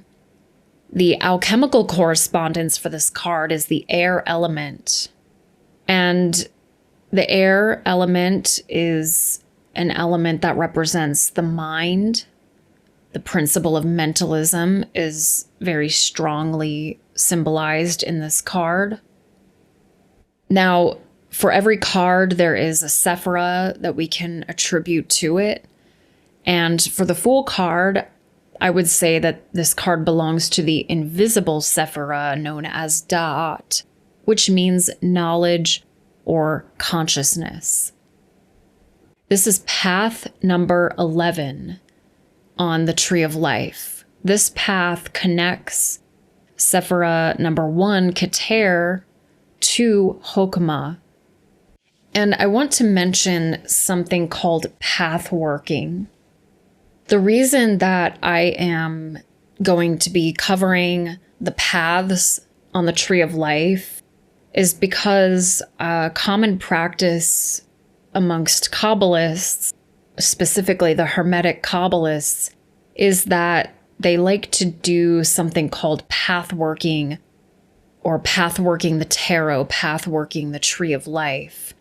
And this is a practice in which you meditate upon one of the sephira or on one of the paths, and you study this path, and maybe you do guided meditations, and you can use a lot of symbols, and it's supposed to really deepen your knowledge of the meaning of that path and of the meaning of the tree and give you guidance. So I am going to cover the paths a little bit, and we've got a few of these correspondences for anybody who needs them, who's looking to start doing path working.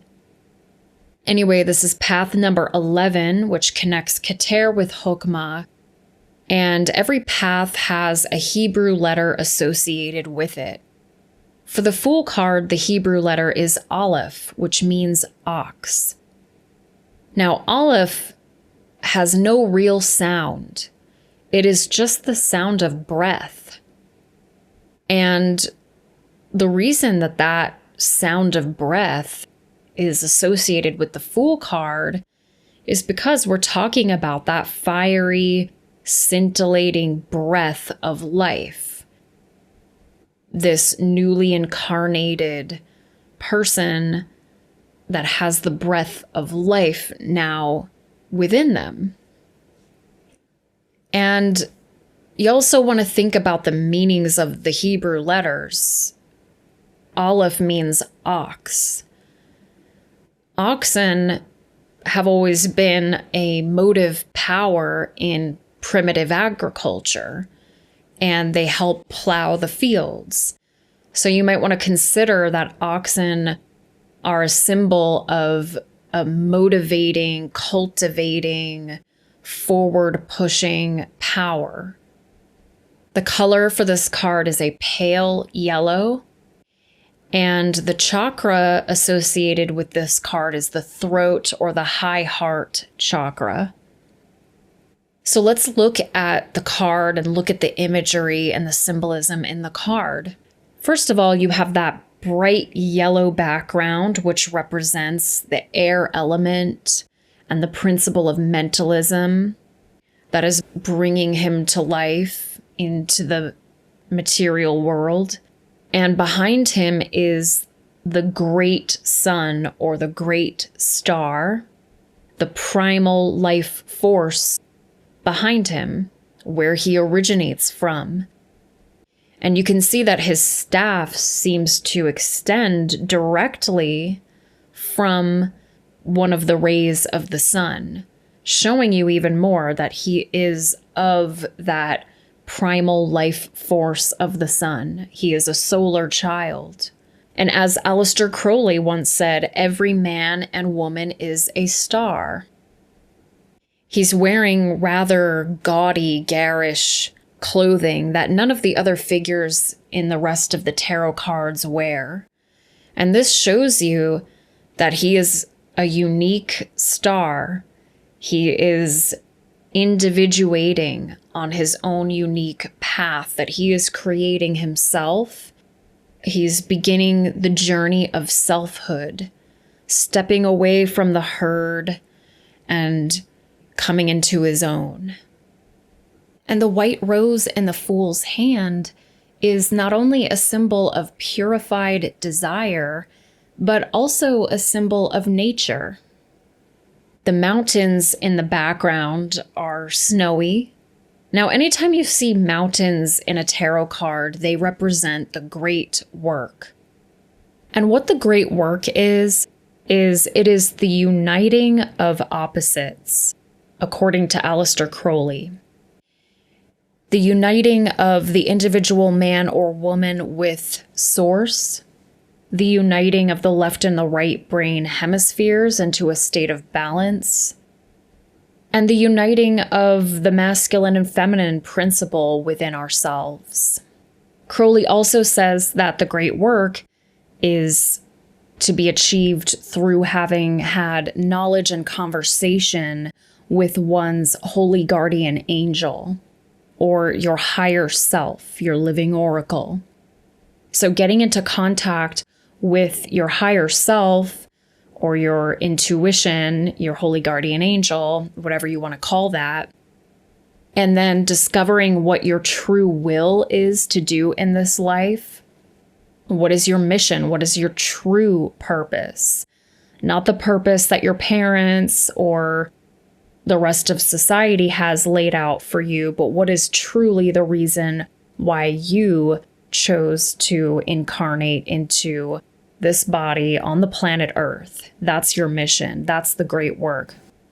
And if you want to learn about the great work from the perspective of Aleister Crowley, you could read a book entitled Magic Without Tears. Another explanation for what the great work is by the independent researcher Mark Passio is that the great work is teaching natural law to others. The great work is gathering up enough knowledge that you need about natural law, and then processing through that knowledge and finally applying that knowledge, turning it into wisdom by sharing and teaching natural law to others.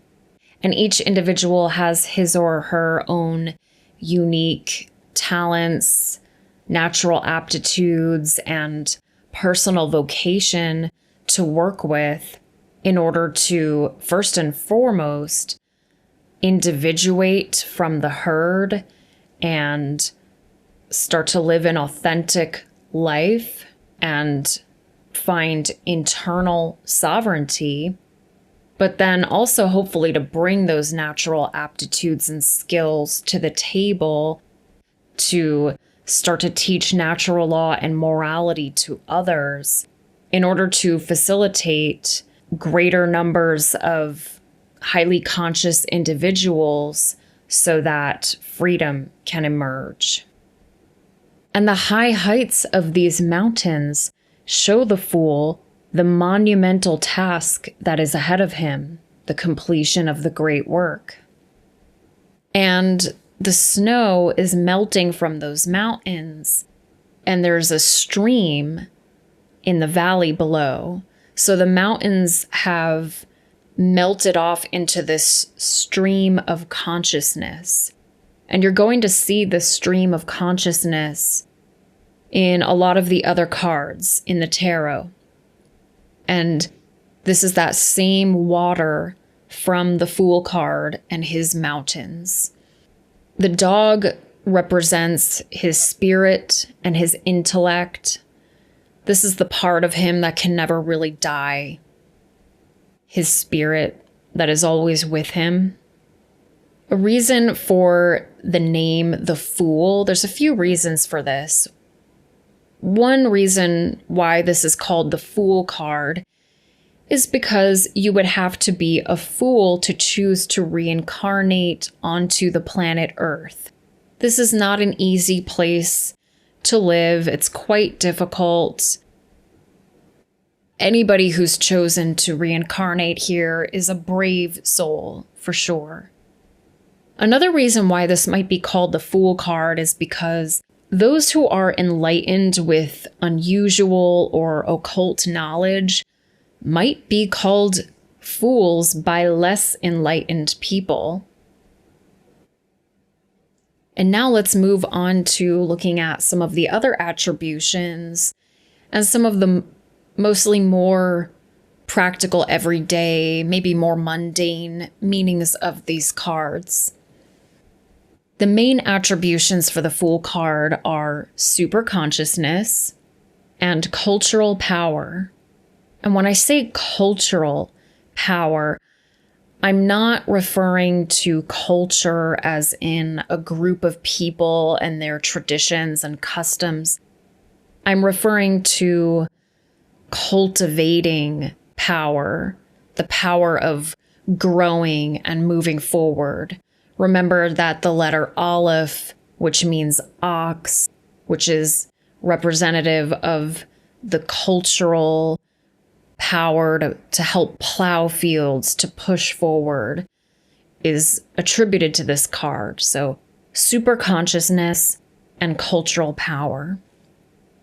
Another reason for the word fool, the word fool comes from the Latin word phallus, meaning bag of wind or bellows. And what that means is that the fool is he's not a stupid, foolish person.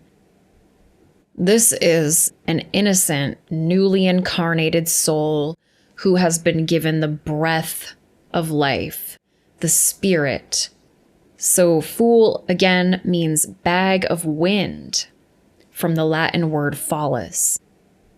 Now, it's quite possible that the word fool may have been a mistranslation from the Old English long S that looked a lot like an F.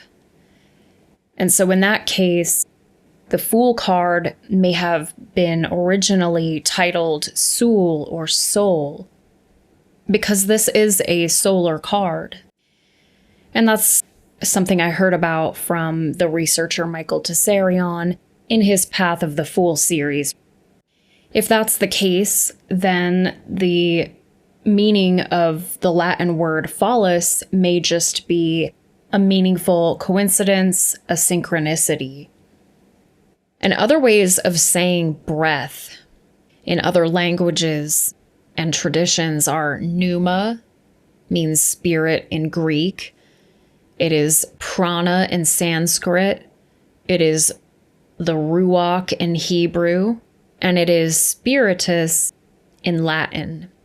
And the reason why I list all of these words for breath and spirit in different languages is because if you continue studying the occult, you're going to see these words over and over again. And you should become familiar with the various ways of referring to spirit or breath. The Fool is the solar child of the one force of the sun. He is the newly incarnated soul. He represents new beginnings, experiences, and perspectives, and making a debut. He is all about going your own way, taking risks, going for broke, and making swift changes. He's a card that represents originality, individuality, innovation, and unorthodox ways. Remember his funny clothes, and you can remember that this card is about individuality. He's also a card of innocence, vulnerability, trust, and having faith in life, trust in the universe. Remember, he's walking off a cliff. He's very trusting that things will work out. And this is a card about taking each day as it comes. It's about spontaneity and being carefree. This is the card of self-knowledge.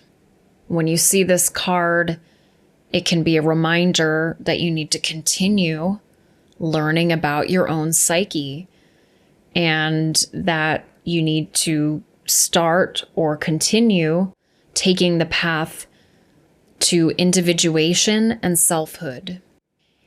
And people who this card can represent are younger people or people who are young at heart, rebels, and outcasts. And every card has a positive and a negative polarity to it. For the Fool card, the negative meanings are that it can indicate inexperience, immaturity, irrationality, recklessness, a lack of responsibility, poor planning, hedonism, risk-taking, and even mania. All right, so that's the Fool card. And who is the first character that the Fool meets? Card number 1, the Magician, who is the Magus of Power. This is the Fool's first encounter, and the Magician shows the Fool that he has free will. The Magician shows the Fool that he has power. This is the Fool's first awareness of his own free will and power. And this Magus also shows the Fool how to master the elements. And this is really a card of self-mastery. This is the transparent intelligence. And the Magician is transparent so that the energy from above that he is invoking can travel through him, through his finger of Jupiter, back down to Earth. He is a conduit between the earth and the heavens. And this Magician is the figure of Hermes Trismegistus, who the Hermetic Arts are named after. He is also the god Mercury, as well as Thoth. And Hermes, Mercury, and Thoth, they're really the same deity, but they transmit wisdom. These are gods of language, communication, knowledge. The astrological correspondence for the Magician card is the planet Mercury. The tiny, fast-moving, intelligent, quick, sharp planet. And the alchemical correspondence is also Mercury. The Sephira for the Magician is number 1, Keter, the crown. And this is path number 12, the path that connects Keter with Binah. You see, he's doing this sign of as above, so below, bringing down the light from above. So bringing down from Keter down to Binah, the womb of creation that gives rise to the material world. And the Hebrew letter for path 12 is Beth, which means house. And what this house is the house of your spirit and personality, the center of your expression. The color for the Magician card is yellow, again, showing us that the principle of mentalism is prominent in this card. And the chakra for the Magician is the crown. So we have that yellow background in the Magician card showing that he is illuminated with knowledge, and he has the infinity symbol above his head, showing us that this is both the beginning and the end of an infinite journey. There's always higher heights to reach, new levels to rise up to. The table in front of the Magician represents his field of attention. You can see that on the table, all of the 4 elements are represented. You have the disc, which represents physical resources and your body, and The cup represents your emotions. The sword is for your mind and your thoughts. And the wand is all about action, creativity, and intuition. Now, this field of attention that the table represents tells us that we need to concentrate attention and to direct mental energy into what matters for us to do the great work. You see that he is wearing red robes. What that represents is desire. And he has white robes underneath, and white always represents purity. He has a serpent girdle around him, which is another symbol for infinity, that Ouroboros symbol of the snake eating its own tail. And also this Ouroboros symbol, his belt, represents the limitations of form that the magician needs to work within. You know, there's parameters, there's natural laws that the magician needs to operate under. There's roses in the card. Sometimes you'll see roses in the tarot cards, and they always represent desire. And then there's lilies down below, and the lilies represent reason. So on to the more practical meanings of the cards. The main attributions for the Magician card, and these are a little bit more esoteric, but they are attention and also life and death. You can see the law of correspondence illustrated in this card: as above, so below, as within, so without, showing us that we live in a world of fractals and where the law of mirroring is present. Also, this card is about initiation. It's about will, invoking light, and the creative spark. This card teaches us that we must focus our attention in order to do the great work. It is a card of self-reliance, autonomy, and independence. It's the number 1, so it's definitely a card of independence. It's also a card of leadership, speed, agility, adaptation, and having a pioneering spirit. This card can indicate that there's new projects underway. It's about putting our skills to use, not just having skills, but actually implementing our skills.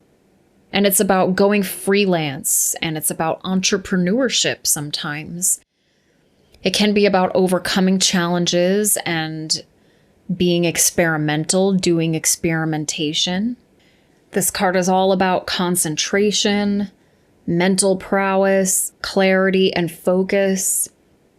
It can indicate matters of science, metaphysics, alchemy, and occult studies. And it's also about solo artists, performers, teachers, and just really helpful, brilliant people. The negative side of this card is that it can show that there's some difficulty, challenges, egotism, narcissism, and an obsession with success. Now let's move on to card number 2, the High Priestess, the Princess of the Silver Star. What the High Priestess tells the Fool, or reminds the Fool, is that he should be careful what seeds of attention he planted in the gardens of the magician. Because the magician represented self-consciousness, our sort of outer awareness, which imprints information onto the subconscious mind, which is what this card is all about, the subconscious mind.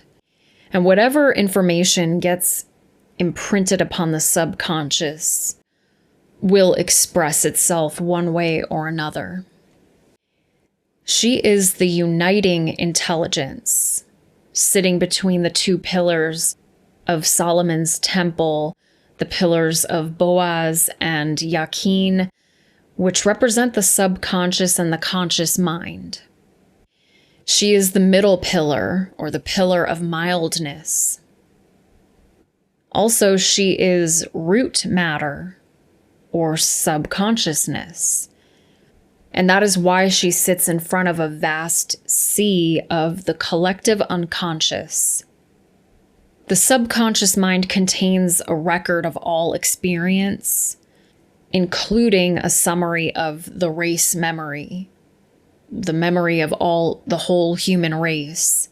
That's what the collective unconscious is. This is a card, as we'll see, it is very much about memory. The astrological correspondence is the moon, the silver star. The alchemical metal for this card is silver.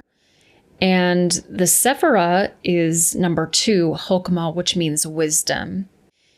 Now, she is a woman, but Chokmah is a masculine Sephira because Chokmah is the Sephira of wisdom, which is the application of knowledge. So there's an active principle to this card, even though it's a rather feminine card as well. And the path for this card is number 13, which connects Keter to Tifereth. The Hebrew letter for this is Gimel, and Gimel means camel. The camel has always been a ship of the desert who connects distant points during commerce. The camel symbolizes that subconsciousness has a perfect connection with all points in space. The subconscious mind is quite powerful. Again, whatever seeds of attention you plant onto the subconscious mind are going to come to fruition. The color for the High Priestess is blue for water. And the chakra for this card is the third eye. She sits in front of the veil of Isis, and she is wearing the crown of Isis. It is said that no one can lift the veil. Only Isis can lift the veil. And what this means is that you can't force the subconscious. The pomegranates on this veil indicate the two genders are present here. They are a symbol of the unity of the masculine and feminine principle. And so the High Priestess teaches the Fool the lesson of the union of opposite forces. With the pomegranates and the pillars of Boaz and Yakin, there's very much duality. This is card number 2. The pomegranates also are a symbol of work, because it takes a lot of effort to get the seeds and the nutrition out of a pomegranate. So it shows us that a lot of work will be required to spread wisdom to others, to teach others the truth in order to complete the great work. Her cross shows the uniting of the spiritual and material planes. The vertical part of the cross is the spiritual plane, and the horizontal part represents the material plane. And she holds the Torah, the law, the truth. As we covered earlier, she is the goddess Tara, the goddess of truth. Attributions for the High Priestess are memory, peace, and strife. The moon reflects sunlight. The moon is mirroring and duplicating. The subconscious mind is quite open to suggestion by the self-conscious mind. So the moon represents the subconscious mind, and the sun represents the self-conscious mind.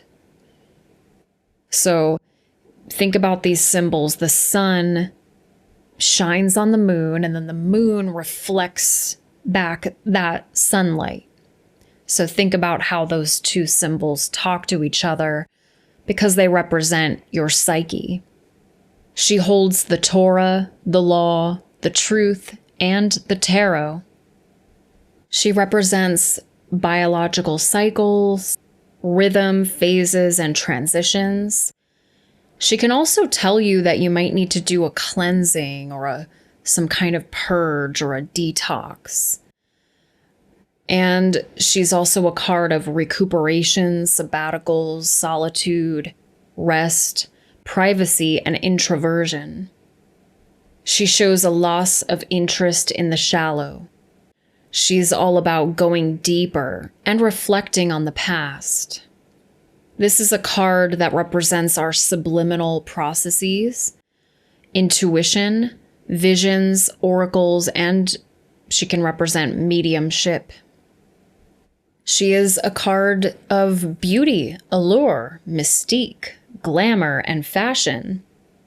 And she is a virgin. She represents introverted, spiritual, and virginal women, as well as actresses and models.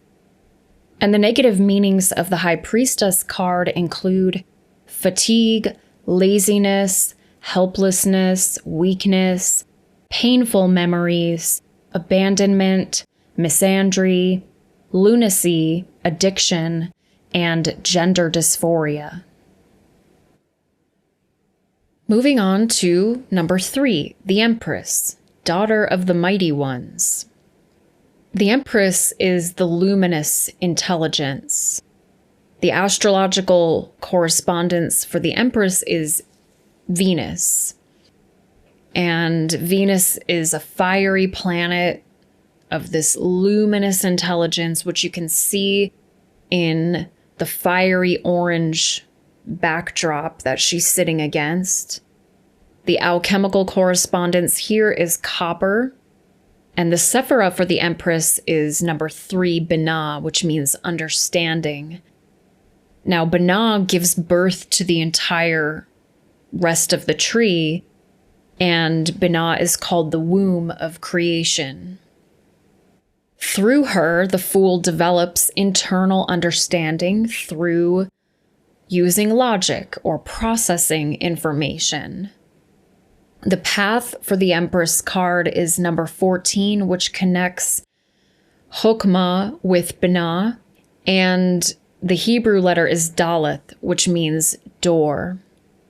And this door is the point of passage from the inner subjective world to the outer objective world. And this is the function of imagination, the door of creativity. The color for this card is green. The color green, of course, it's a result of yellow and blue. Well, remember, the Magician card was yellow. The High Priestess was blue. So this card is like the child of the Magician and the High Priestess. So the Magician imprinted information onto the High Priestess, which represented the subconscious mind, which is very receptive to information. And then now the Empress represents that final output, the imagination or the mental images that come out of it, the creativity that comes out of that. She is pregnant, which shows the creative imagination that results from the subconscious mind being sort of impregnated with the imprint of self-consciousness. The chakra for the Empress card is the third eye. Now, looking at the symbolism in this card, you can see that there's ripe wheat, which represents the completion of a cycle of growth. And that stream of consciousness flows here. We first saw that stream of consciousness in the Fool card from the mountains, and then they were flowing from the High Priestess's gown. Now we see them here. She sits on the heart with the Venus symbol, and it shows us that we arrive here through care. She has those pomegranates on her dress, which shows us that it takes a lot of work to be creative, to have a creative output. And this is an excellent card to meditate on, to enhance your imaginative power and your creativity. If you're having writer's block or some artistic block, try meditating on this card. The primary attributions for the Empress are imagination, wisdom, and folly. She is the great mother of nature, the goddess of love. She represents nature itself, the earth, gardens, forests, flora and fauna, and animals. She also represents love, attraction, romance, pregnancy, family, and domesticity. This is a card of acceptance and receptivity, very feminine qualities. And she's a card of growth, generosity, abundance, luxury, and prosperity. This card also is indicative of empathy, care, optimism, bonding, sharing, and generosity. Rest, recuperation, relaxation, enjoyment, and pleasure. She is all about humanity, culture, accolades, festivity, and entertainment, as well as beauty, style, and appreciation of the present moment. The High Priestess was all about the past, while the Empress is all about the present moment. She can represent women, mothers, artists, musicians, and gardeners. And some of the negative meanings of the Empress card include hedonism, decadence, waste, lethargy, apathy, superficiality, trivialities, and dietary problems. And now we meet the consort of the Empress, card number 4, the Emperor, Son of the Morning. The number 4 is the organizing principle of consciousness, the constituting intelligence. And as the consort of the Empress, he takes her creativity and her mental images and he arranges them, organizes them.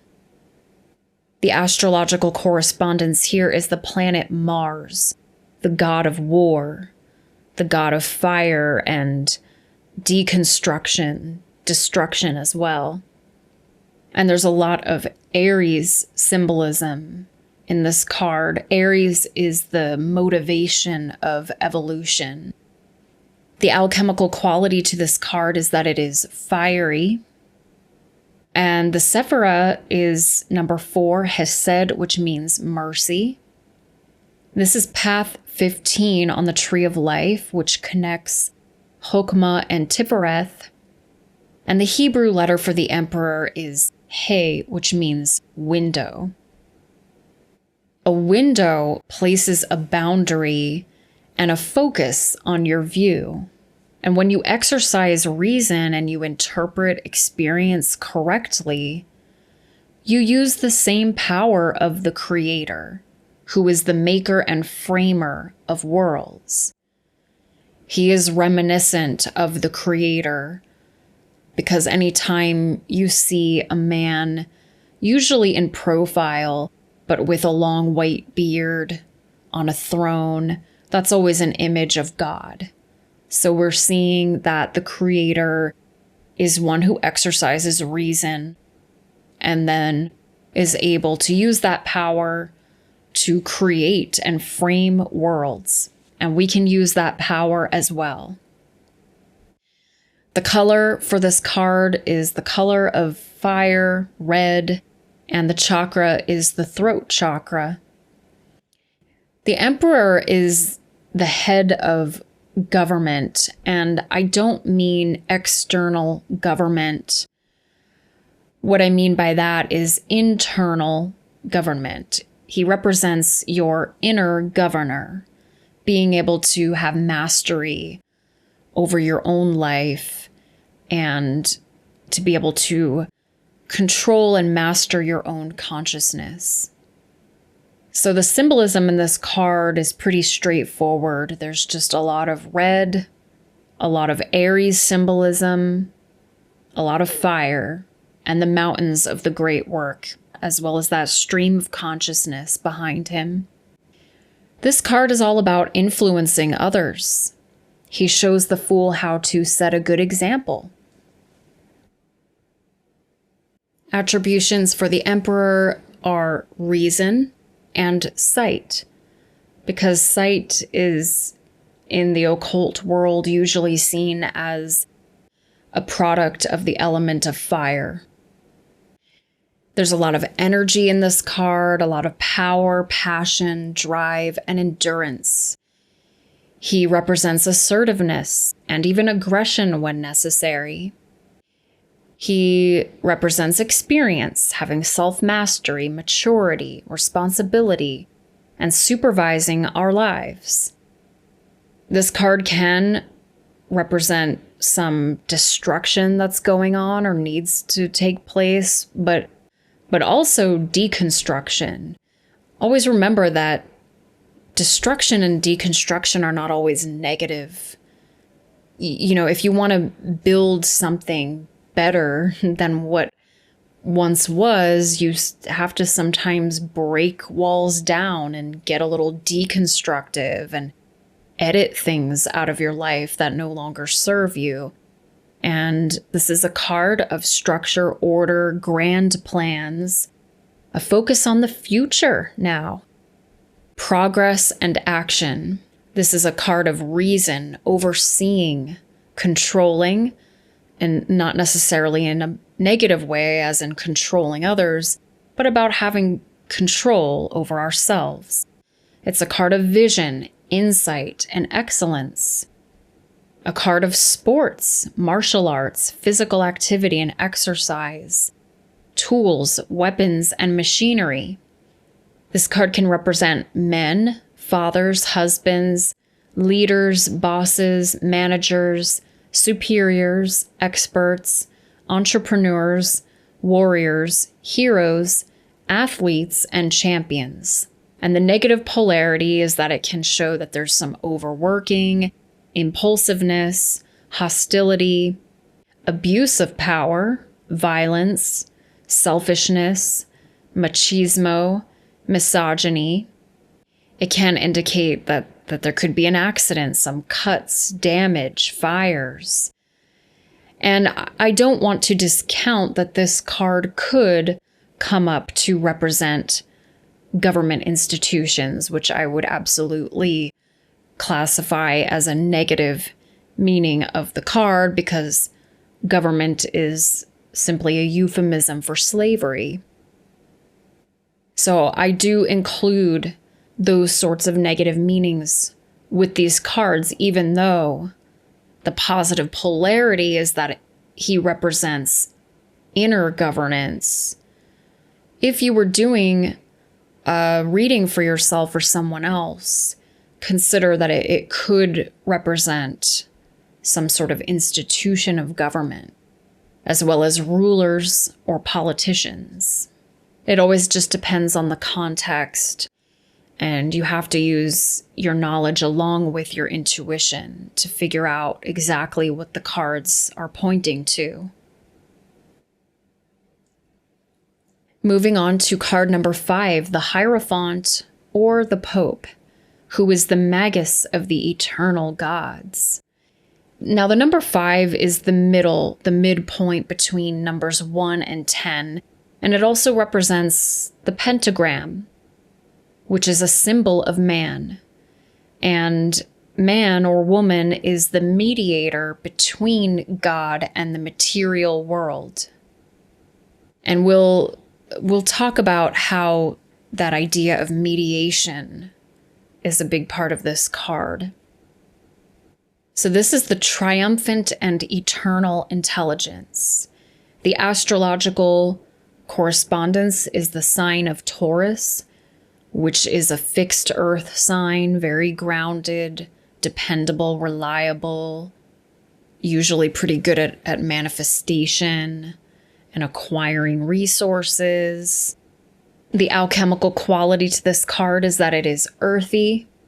The Sephira for the Hierophant is number 5, Gevura, which means severity. And this is path number 16, the path of Vav. Now this path connects Chokmah with Hesed. And The Hebrew letter is Vav, which means nail. Now, this is where we're going to talk about how this card is all about mediation between the material world and source. A nail is used to join parts together. And also, Vav is a conjunction in Hebrew. It is the conjunction and. A conjunction is a word that other words depend on to stay connected. He is also the first character to have other humans with him. Now, I want to talk about the word religion because he is the head of religion. The word religion comes from the Latin verb religare, which can mean to bind, to thwart from forward progress, but it can also mean to bind together again. It could have a positive connotation. So he is the religious leader, the internal guide who connects us with source or with the creator, with higher realms. And really, who the Hierophant is he is your intuition. Intuition means interior teaching, and he teaches the fool how to connect with his inner voice. The word Hierophant means a revealer of the mysteries and of that which is sacred. As the head of religion, he is the influence that we must wield upon our internal lives, the shadow work that the fool must do. And shadow work is not easy. It's usually very difficult and uncomfortable. And that's why this is on the Sephira of severity, Gevurah. The color for the Hierophant card is red-orange, and the chakra is the throat, because the intuition is the inner voice. Looking at the symbolism here, you notice that the pillars which were in the High Priestess card are present, but they are not black and white here, they are gray. And gray always represents wisdom in the tarot. It's the merging of the two opposites, the merging of the masculine and the feminine. The color gray also refers to the Sephira Hokmah, which means wisdom. He has golden keys in front of him, and these keys show that an understanding of the power of light unlocks all of the secrets of the universe. And you have the roses and the lilies on the two men's clothing, showing desire and reason. Now you can use this key, the Hierophant, as a meditation guide for when you seek guidance. If you ever find yourself having a dilemma and not being able to find any worthwhile advice, you can always seek guidance and try to get in touch with your intuition by meditating on the Hierophant card. So the attributions for the Hierophant are, of course, intuition and hearing, because you have to listen for that inner voice. You have to quiet the mind and quiet all of the unnecessary stimuli going on in your life to try to hear. He is the inner guide of intuition, the connection to our higher selves. And interior hearing is developed through practicing yoga, which really means union, the merging of the two opposites, getting our brains in balance. The left and the right hemisphere is what that can also mean. So overall, we need more balance, more centeredness, achieve that union so that we can develop inner hearing, to be connected with our intuition and with the higher self. This card is all about our natural gifts, talents, and aptitudes, as well as our self-worth and our self-esteem. our own value within ourselves. It can also just be a card about finance, assets, possessions, resources, wealth, and business. The Hierophant shows qualities such as tenacity, resolve, dependability, work, employment, and economy. Very Taurus traits with the Hierophant. This card talks about physical reality, facts, status quo, the rules and standards. He's all about social values, hierarchies, can indicate institutions, structure, security, and order, as well as belief systems, tradition, religion, ceremonies, and formality. People who this card represents: tycoons, executives, agents, teachers, gardeners, chefs, artists, and people who work with their hands, and craftspeople, artisans.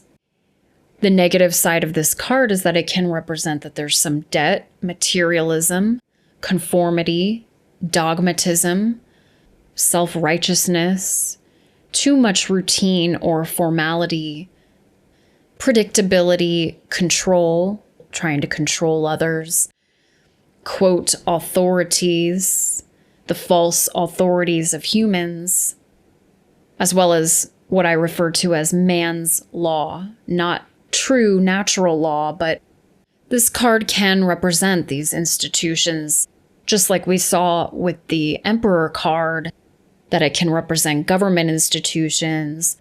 Well, the Hierophant could, in its negative polarity, represent also those institutions of man's law, but also just authorities of the church and religious controllers.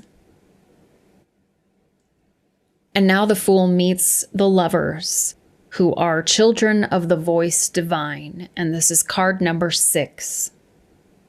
What the Lover's intelligence is the disposing intelligence. And that is the ability to discriminate between two things, two ideas, to discriminate between truth and falsehood. The astrological correspondence here is Gemini, which is the twins or the lovers. This is a sign ruled by Mercury, a very inquisitive, curious, communicative kind of sign. The alchemical quality here is airy. Okay, again, there's a quality of the mind here. The Sephira is number 6, beauty, Tifereth, the core of the tree, the heart of the tree of life. And this is path number 17, which connects Binah and Tifereth. And the Hebrew letter for this path is Zayin, which means sword. Now, the reason for this sword symbolism is because swords represent the air element and the mind. And the Lover's card is a mandala of the psyche. Contrary to popular belief about this card, this is not about romantic love, really at all. This is what I said. This is a mandala of the psyche.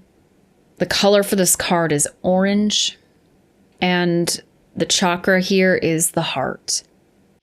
So looking at the sign of Gemini for this card, the twins or the lovers, they are opposites, but they are two polarities of the same thing. Just like if you look at hot and cold, they seem like they're opposites, but they both make up temperature. And also, the sword cuts and it creates divisions. And the lovers show the Fool the power that he has to perceive differences. And we need to discriminate between what is real and unreal, what is truth and what is falsehood. This is the generative principle in the Lover's card, which generates true care. So this disposing, discriminating intelligence is shown here, as well as the generative principle of true care. The Lovers show the relationship between the giving self-conscious mind, represented by Adam, and the receptive subconscious mind, which is represented by Eve. The angel Raphael, the archangel of air, is present here, and he is the same symbol as the Fool, representing superconsciousness. Just like the Fool, he stands in front of the sun, and he represents the one great mind, superconsciousness. If you'll notice, the man, Adam, looks at the woman, but the woman is not looking at the man, she looks at the angel. What this shows is that the conscious mind does not make a direct connection to higher forces. It is the subconscious mind that receives inspiration. You have the snake representing Kundalini energy. We'll talk about that a little bit more later. And in some decks, there's 5 fruits on the tree behind Eve, which represents the 5 senses. But here you only have 4 fruits, and I would guess that that might represent the 4 functions of the mind. Behind the man, or behind Adam, are 12 flames, and those represent the 12 signs of the zodiac. Ultimately, this card, though, represents true care. Care to do the right thing, guided by natural law. And the attributions for this card are discrimination and smell.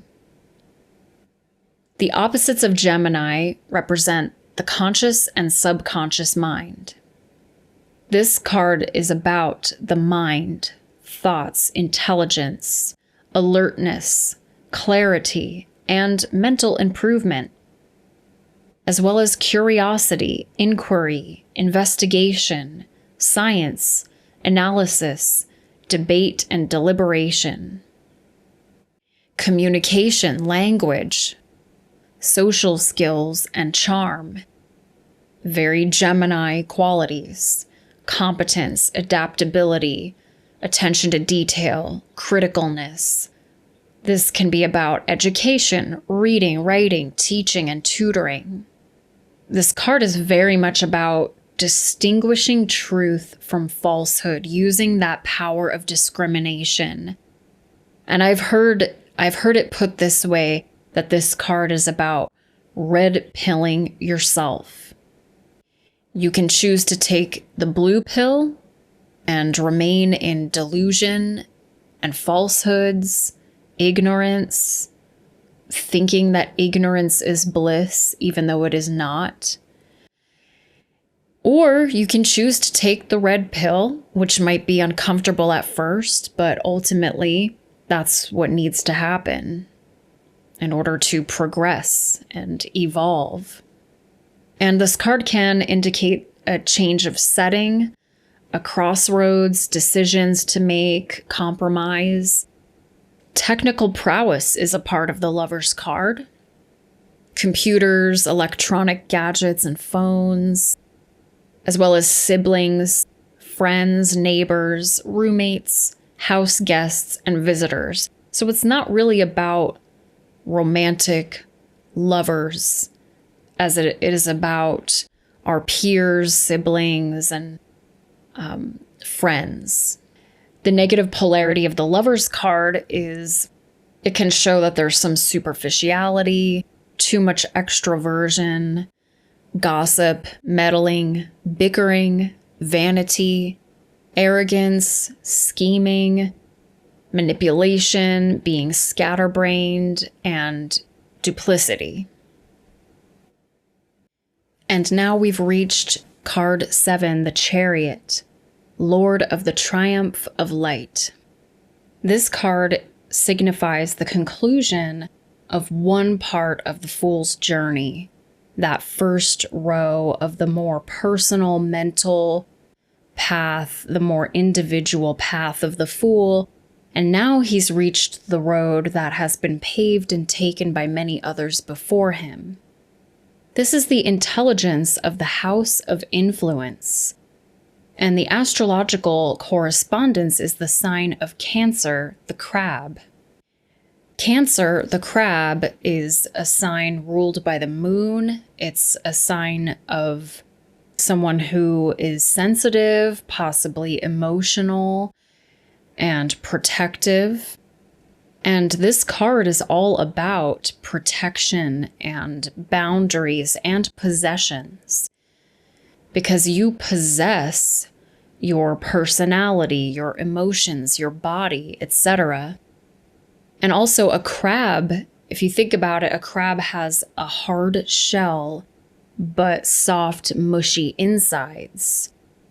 The crab is a symbol for the boundary between the external world and your inner private world of emotions and feelings. Also, Cancer rules over the chest area, and we have a boundary, our rib cage, which is the fence in our chest. And we're going to talk about the meaning of the boundary and the fence symbol in a moment. But the Sephira here is number 7, Netzach, which means victory or endurance. The Chariot card is path 18, which connects Binah and Geburah. And the Hebrew letter is Het, which means fence. And I'm not sure if I'm pronouncing that letter correctly. If you'd like to make it easier on yourself, you could just call it Chet or Cheth. So back to the idea of a fence or a field, a limited place, an enclosure, stands for the field of the universe, and that a person has a field of personality. Also, a fence represents the boundary between you and others, between you and the outside world. The color for this card is orange-yellow, and the chakra is the solar plexus. Looking at the symbolism of this card, you see the celestial bodies here, showing that the celestial bodies have descended into matter. You've got stars on the canopy, moons on the driver's shoulders, and even the wheels represent the sun. The wheels are the solar power that allows us to move forward. And the sphinxes show how the emotions can tug us in opposing directions that can be confusing and difficult to manage. You can see the fence or the gate behind the driver, and he is in his own private world of emotions beyond the village, beyond the castle. He has his armor on, his protective steel, his boundary between him and others, protecting him. And the driver represents the soul who drives the body, which is the car. The chariot is your body and your personality. He is able to perceive the nature of will, to put it into application, and then the result is victory, security, and peace. The attributions for the chariot are receptivity, specifically receptivity of the will, the true will of nature, and of speech. This card shows that the celestial bodies descend into matter, and the driver is the soul who steers the body, the senses, and the personality. This is a card of willpower, drive, endurance, and victory. Remember that it corresponds with the solar plexus, the stomach region, the guts, the will center. And this is a card representing the boundary between our inner and outer world. It's a card about enclosures. security, safety, and protection, needs, wants, possessions, and attachments. It's a card of emotions, feelings, the inner world, the private world, and also about domestic roles, our home, whether that home is your actual domicile that you live in, your house, or whether it's the home in you, in your body. It's also a card of heritage, family, and family events. And it can be a card about public persona, fame, media, and publicity. It's a card of mothers and the life of a mother. But the negative polarity of the Chariot card is that it can be about narcissism, excessiveness, obsession, overprotectiveness, neediness, mood swings, insecurity, greed, inhibitions, and imprisonment. We shouldn't concern ourselves with safety too much because this world is not a safe place. We're all gonna die one day, right? And so now the Fool begins the next part of his journey, the more material part of the journey, in which he brings his will into manifestation. He starts to influence others around him. And this is card number 8, which is called either Strength or Lust. And it is the daughter of the Flaming Sword. The number 8, again, as we saw in the Magician card at card number 1, the number 8 makes the infinity symbol, showing that this is the end and the beginning simultaneously. The number 8 is also a number of rhythm and vibration. This is the intelligence of the secret of all spiritual activities. A very important card to learn. The astrological correspondence here is Leo the Lion, who, remember, is a sign ruled by the sun, center of attention, very extroverted sign. The sign of Leo rules the spine. And when someone is strong or courageous, we say that they have backbone. So you see how the sign of Leo very much corresponds with the concept of strength. The alchemical quality of this card is that it's fiery. And the Sephira is number 8, Hod, which means splendor or majesty.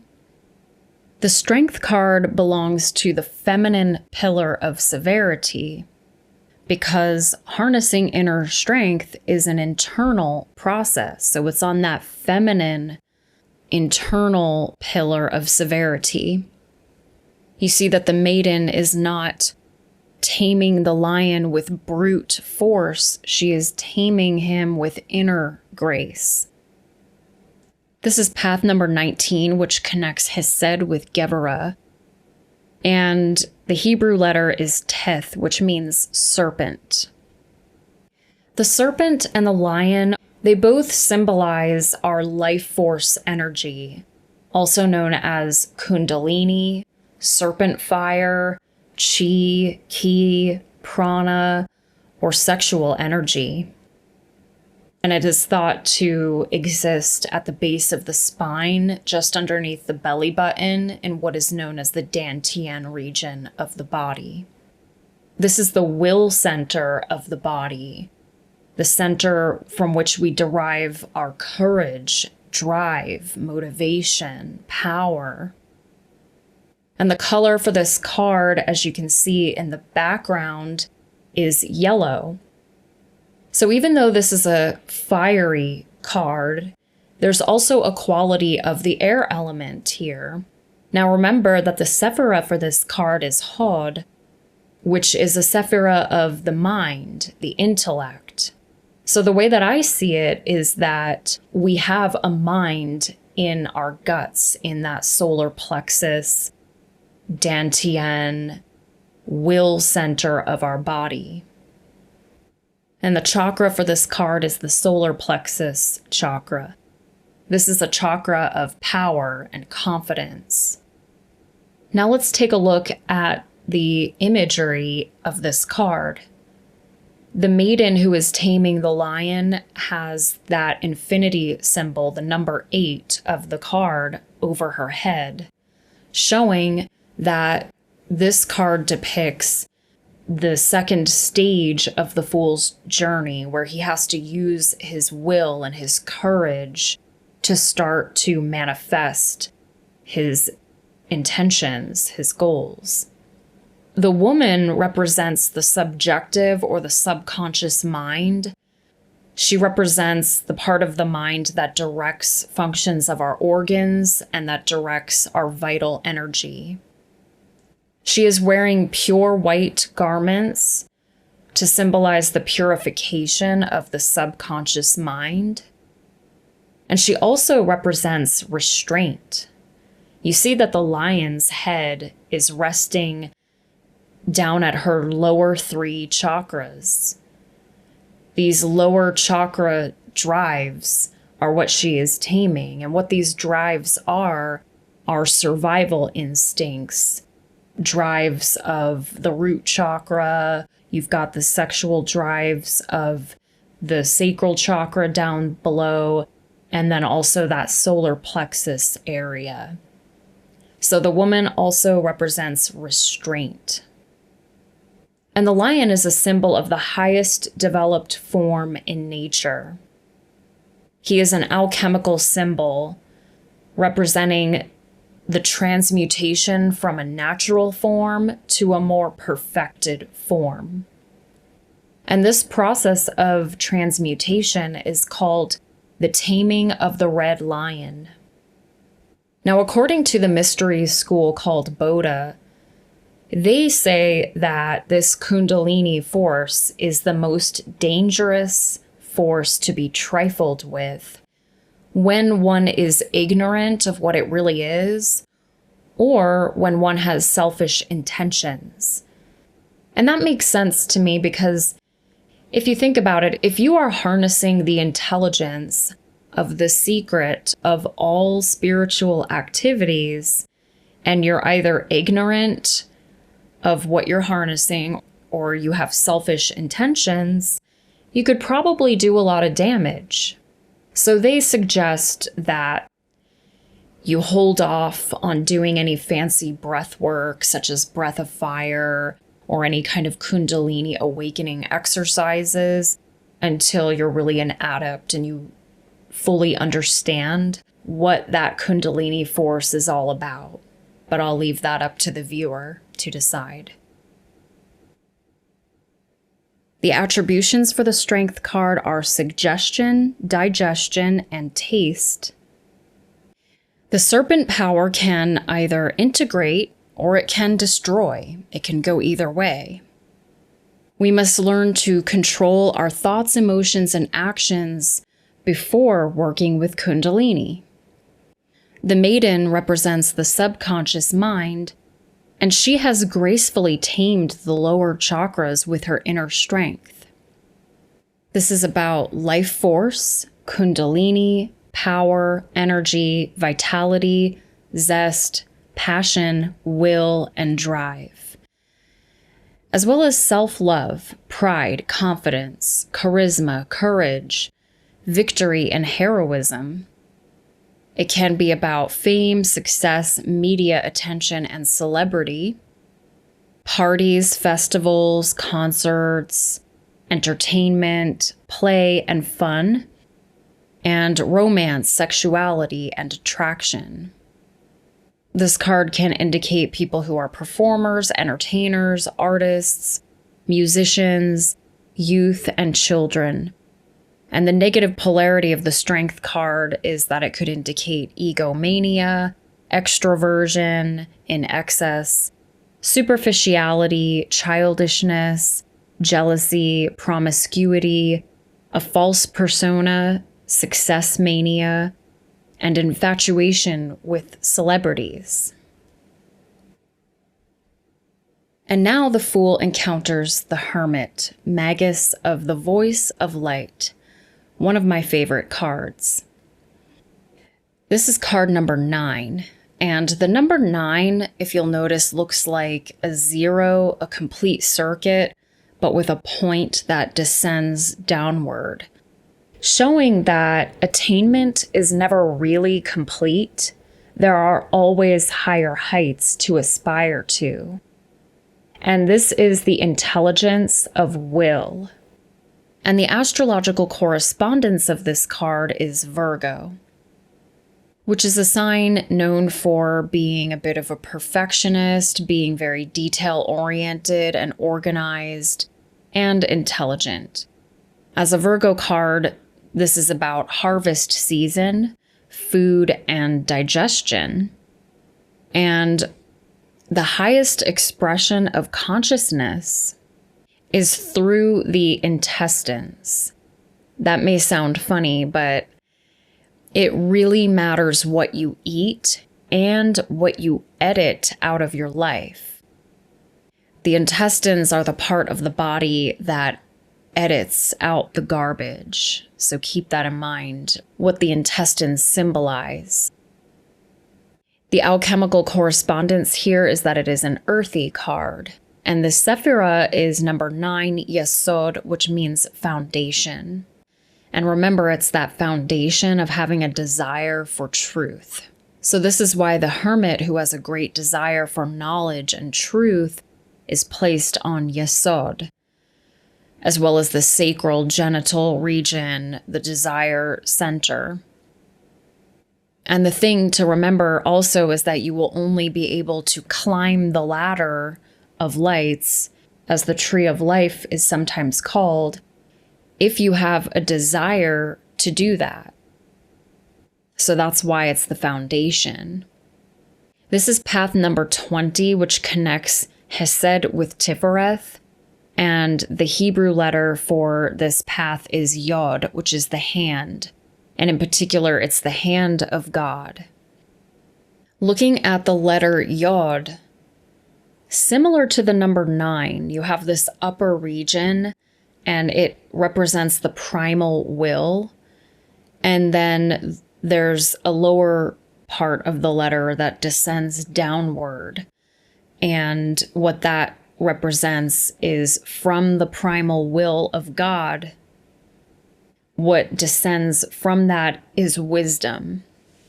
The wisdom of the Hermit is that there is one identity in the universe, but we are each an individual expression of that identity. The color for the Hermit card is a yellow green or a lime green, and the chakra is the sacral chakra. Taking a look at the Hermit card, the Hermit is the fool who walked off that cliff in the beginning, but then he journeyed all the way back up the mountains to complete one cycle of involution and evolution, and now he's an old man. And he stands on the mountain peak of the great work that is shown in so many other cards. He looks down towards the other difficulties that other climbers are having because he has already experienced these challenges just the same way that Source already knows what we must go through. And that is not a deterministic statement. It's just that there are requirements to completing the great work, and the Creator knows this already. And the image of the Hermit is an image of God.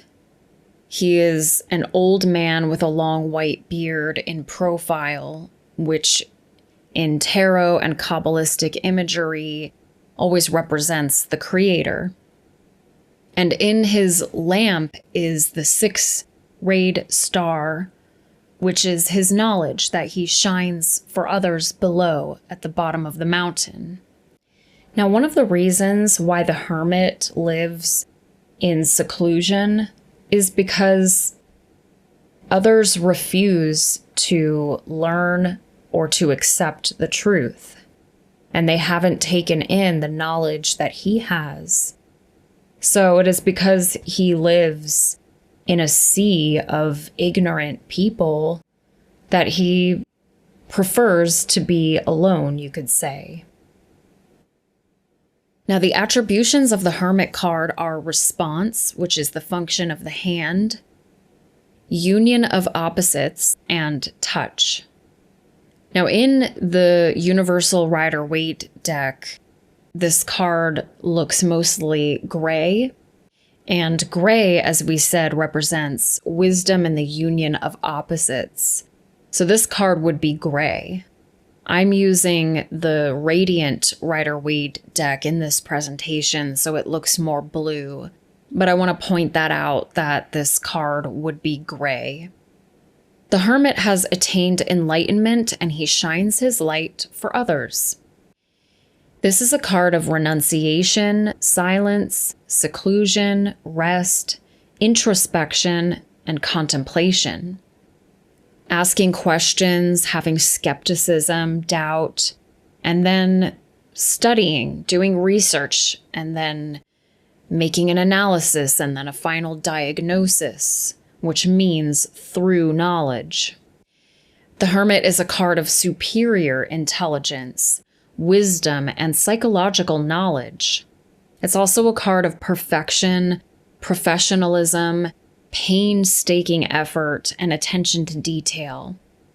It's a card of service, duty, charity, our daily work and chores, kind of mundane activities that we do every day, routines and schedules, as well as endings, finales, moving, and partings. It's a card of animals, pets, forests, mountains, agriculture, our health, and diet. And people who this card represents are editors, advisors, critics, philosophers, teachers, specialists, and servants. And the negative polarity of the Hermit card is too much reclusiveness, aloofness, loneliness, elitism, nitpicking, fussiness, criticalness, inhibition, bickering, undue hesitation, and coldness. Now the Fool is almost halfway through his journey at card number 10, the Wheel of Fortune, Lord of the Forces of Life.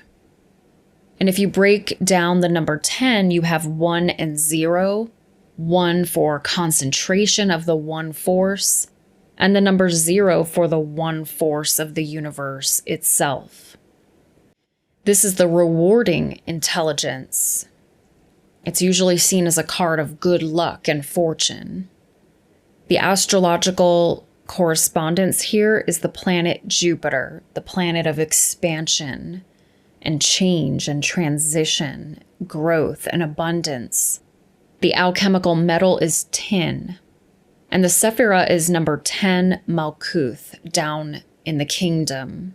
And this is path 21, which connects Hesed with Netzach. And the Hebrew letter is Kaf, which means palm.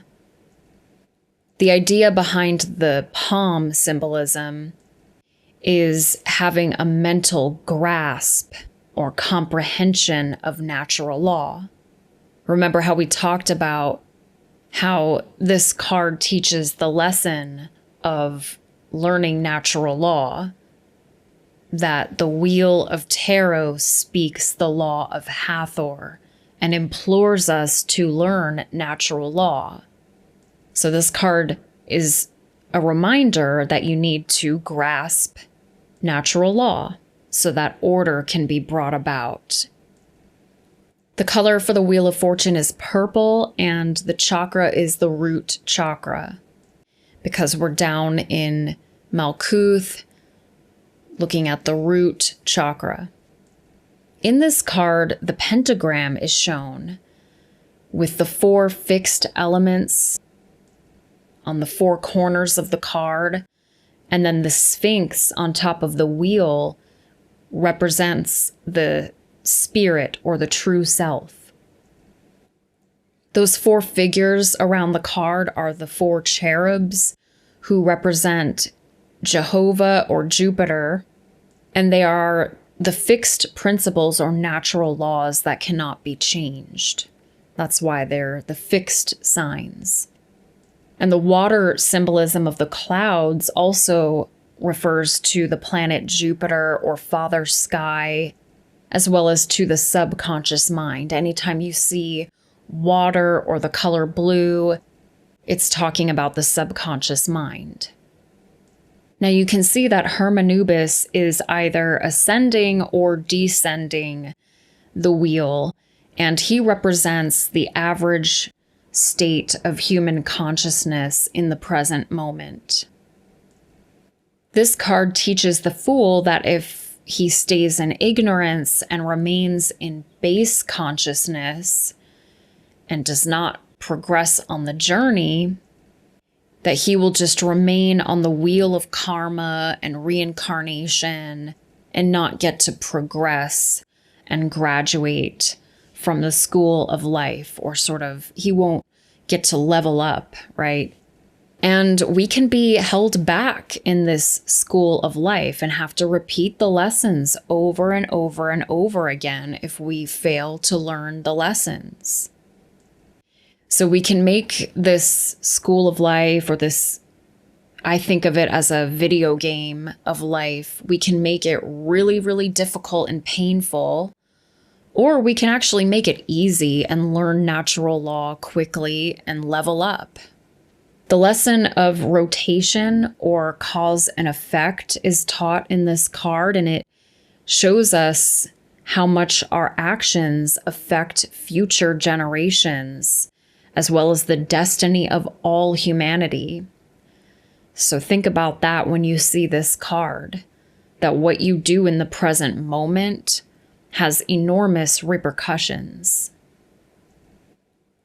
The attributions for the Wheel of Fortune are rotation, wealth, and poverty. The whirling rotation of the limitless light causes all change. The rewarding intelligence of this wheel of Jupiter requires change.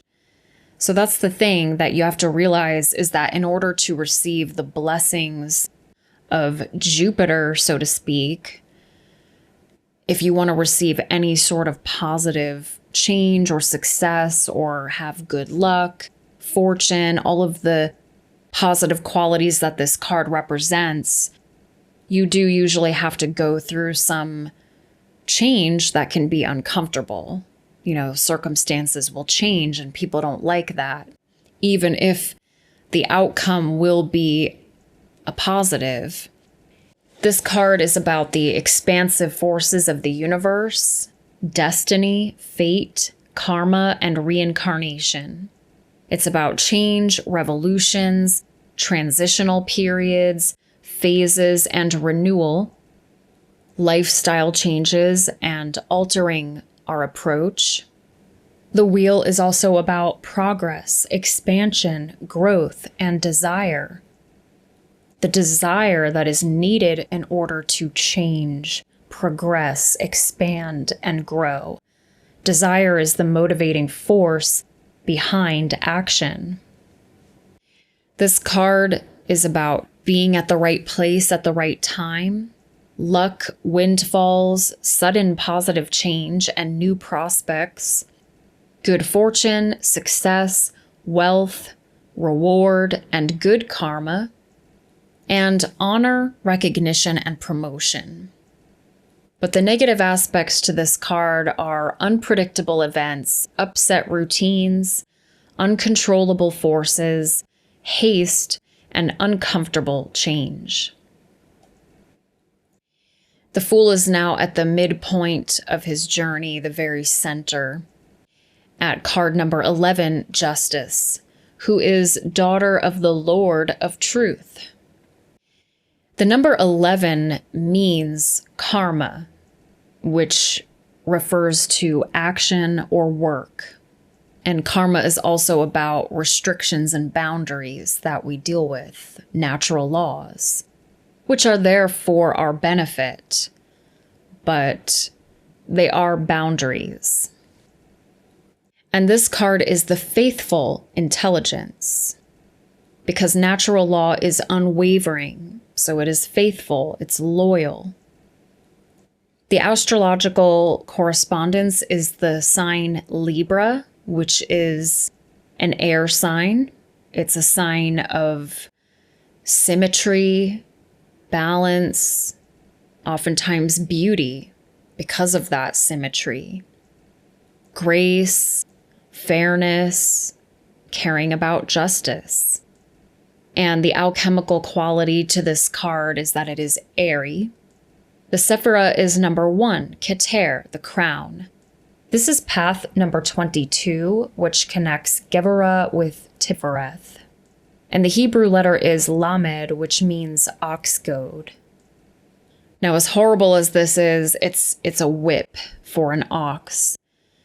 And if you can just get past the cruelty of the ox goad, it's a symbol for control because it incites an ox to action. When we understand and apply natural law, we have more control over our lives. And the letter Lamed also looks like an uncoiled, active serpent. There's several Hebrew letters that look like serpents, but just positioned differently. And this is a very active serpent, which is important to note. The color for this card is green, the color of equilibrium, the very center of the electromagnetic spectrum. The chakra for this card is the crown. And looking at the symbolism here, we have those gray pillars symbolizing wisdom and the union of opposites. She or he, this is a somewhat androgynous figure, holds the sword of truth and the balance scales. I usually think of the figure in the Justice card as a woman, either Lady Justice or the ancient Egyptian goddess Maat, who judges the weight of one's heart against the lightness of the feather of truth. So I'm going to refer to this figure as Lady Justice, although some people think of this as more of a king. So she has a circle and square on her chest, and what that represents is the movement of spirit within matter, because we are spirits within the material world of restrictions and boundaries, the boundaries of natural law. This is a card that is the card of natural law, or even God, the card of truth, the highest principles in all of the macrocosm is what this card represents. And when you see this card, you should consider your actions very carefully. Consider that your present actions determine future conditions. Think about the law of cause and effect when you see this card. The attributions are equilibrium, action, and work. Karma manifests as the law of undeviating justice. And as a man sows, so shall he reap. This is the law of cause and effect. This card is about truth, justice, of course, rectification, fairness, morality, honesty, and integrity, balance, symmetry, centeredness, perfection, and excellence. It's about tests, facts, choices, decisions, verdicts, good judgment, and objectivity. It can be about social skills, manners, etiquette, grace, and decorum. Some of the traits of the Libra: proportion, beauty, aesthetics, design, and architecture, contracts, collaborations, partnership, marriage, and diplomacy. And people who this card represents are consultants, advisors, diplomats, specialists, analysts, scientists, mathematicians, accountants, and detectives. On the negative side of this card is it could represent self-righteousness, a superiority complex, judgmental thinking, sternness, conservatism, inflexibility, perfectionism, duplicity, and man's law. I hate to associate man's law with this card. However, as I said earlier, I don't want to omit the possibility of these mundane meanings of the cards.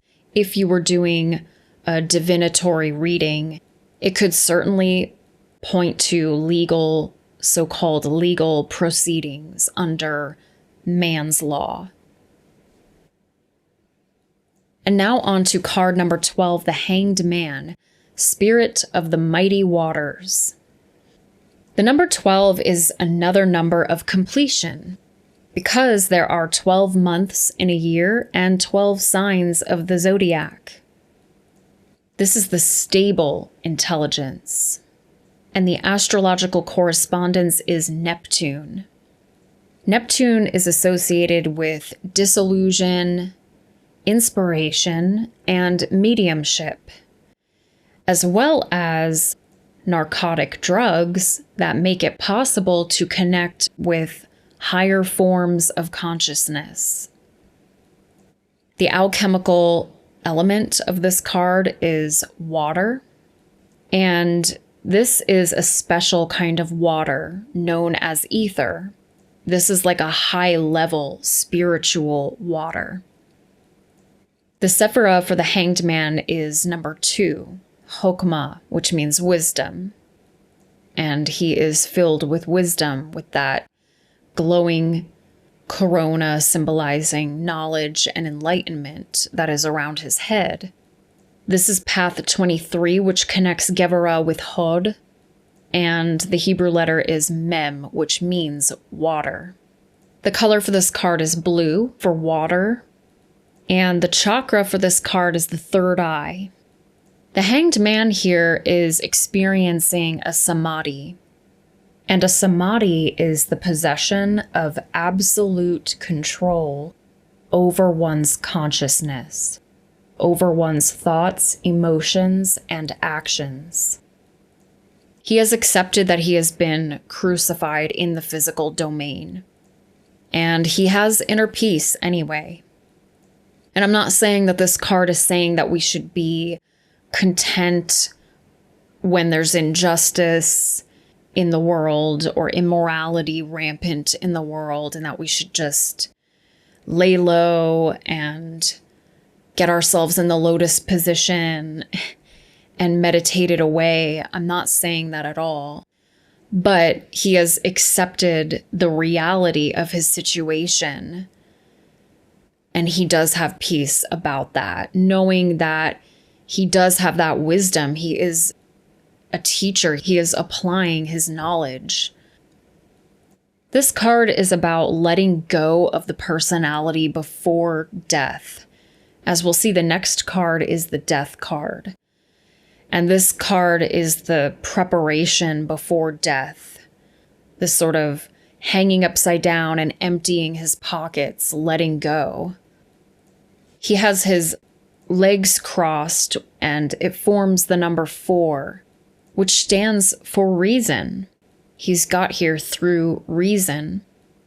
And he is upside down. He is seeing the world from a completely opposite, reversed view perspective than that of the rest of society.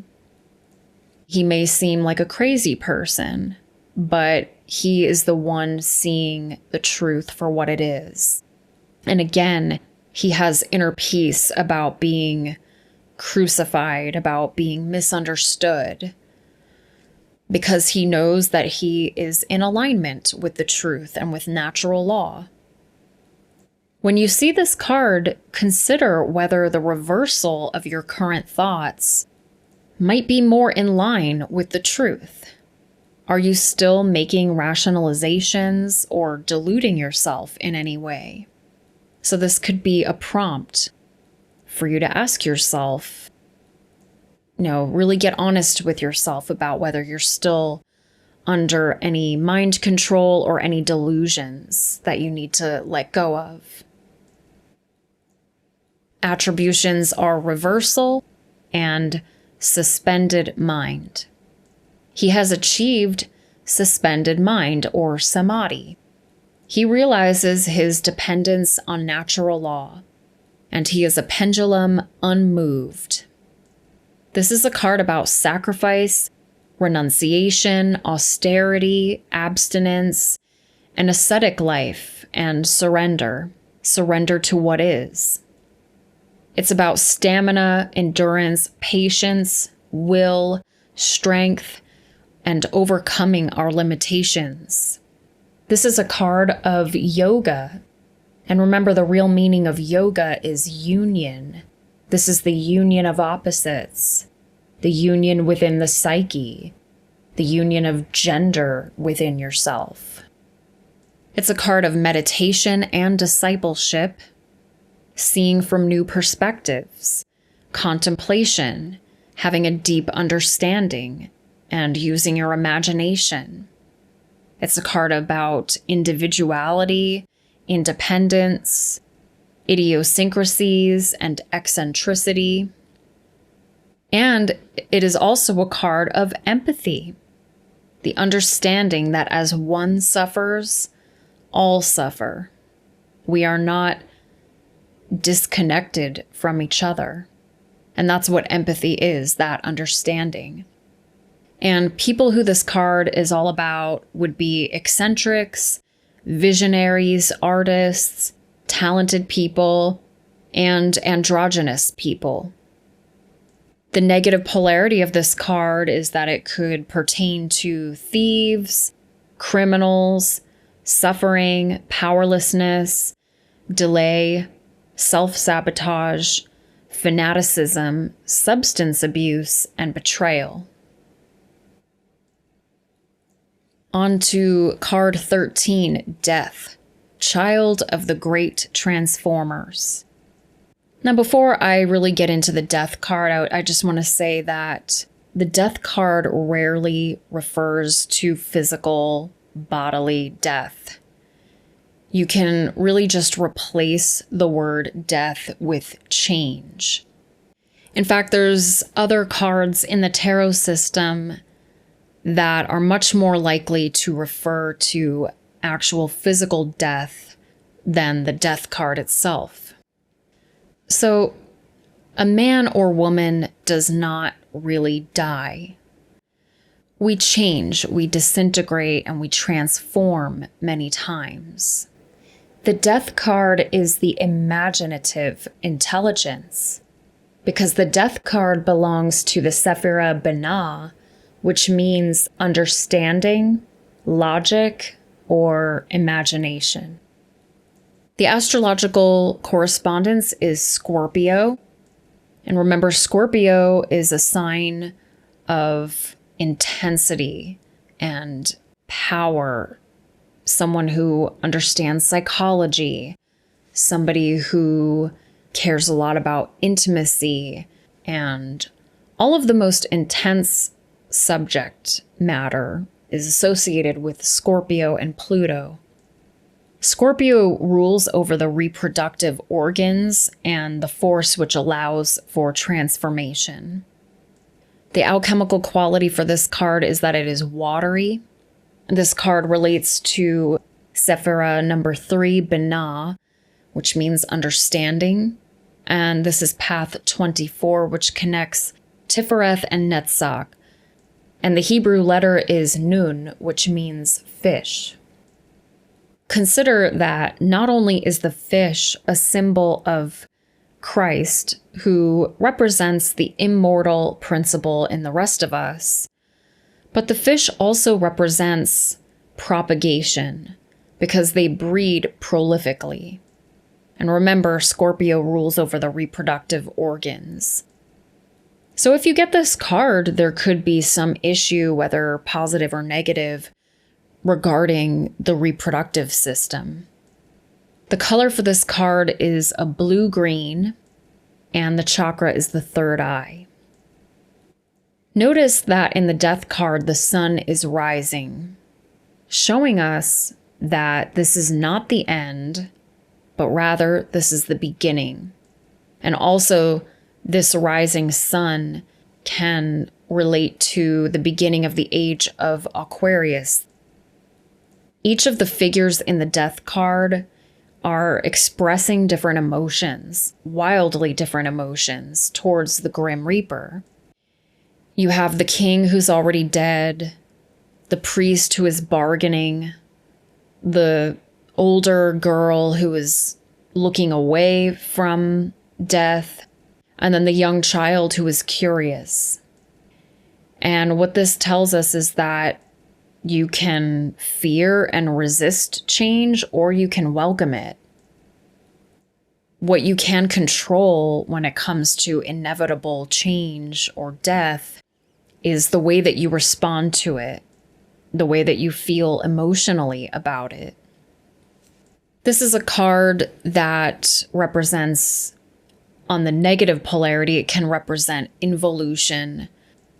It can also represent a sort of death, as in being asleep like a zombie, being so unconscious, so blue-pilled, or sort of hypnotized or bored, or as the dark occultists sometimes refer to the masses of humanity as the dead, the profane, the unbegun, people who are asleep. That's what this could represent. But on the more positive polarity, it just represents disillusion and the releasing of energy, which is the secret of doing the great work.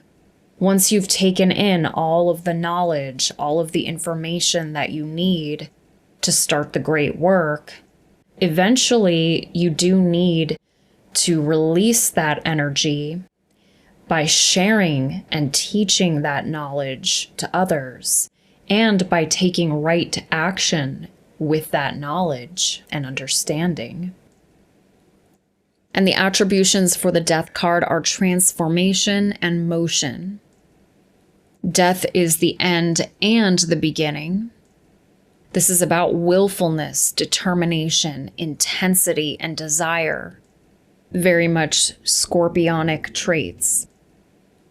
This card can indicate that there is a deep and lasting emotional healing going on.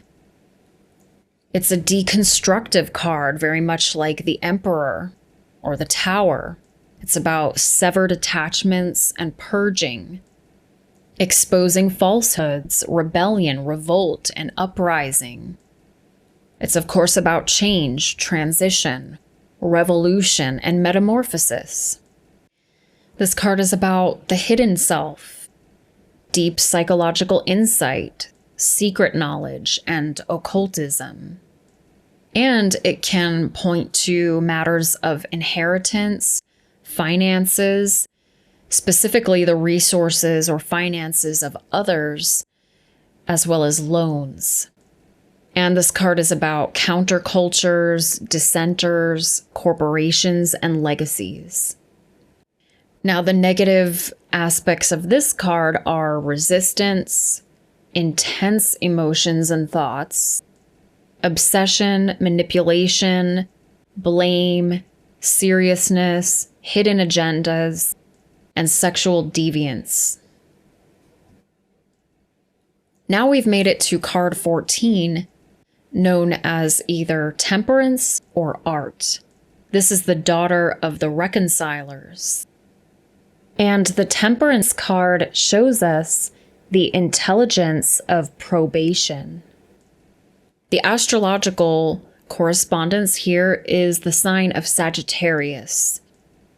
Sagittarius ruled by that expansive planet Jupiter, a sign who is the philosopher, the intellectual, one who learns through personal experience, through personal gnosis, somebody who learns through adventure and travel and experiencing new things and new perspectives. The archer shows that we must have a one-pointed desire and zeal in order to persevere against all odds.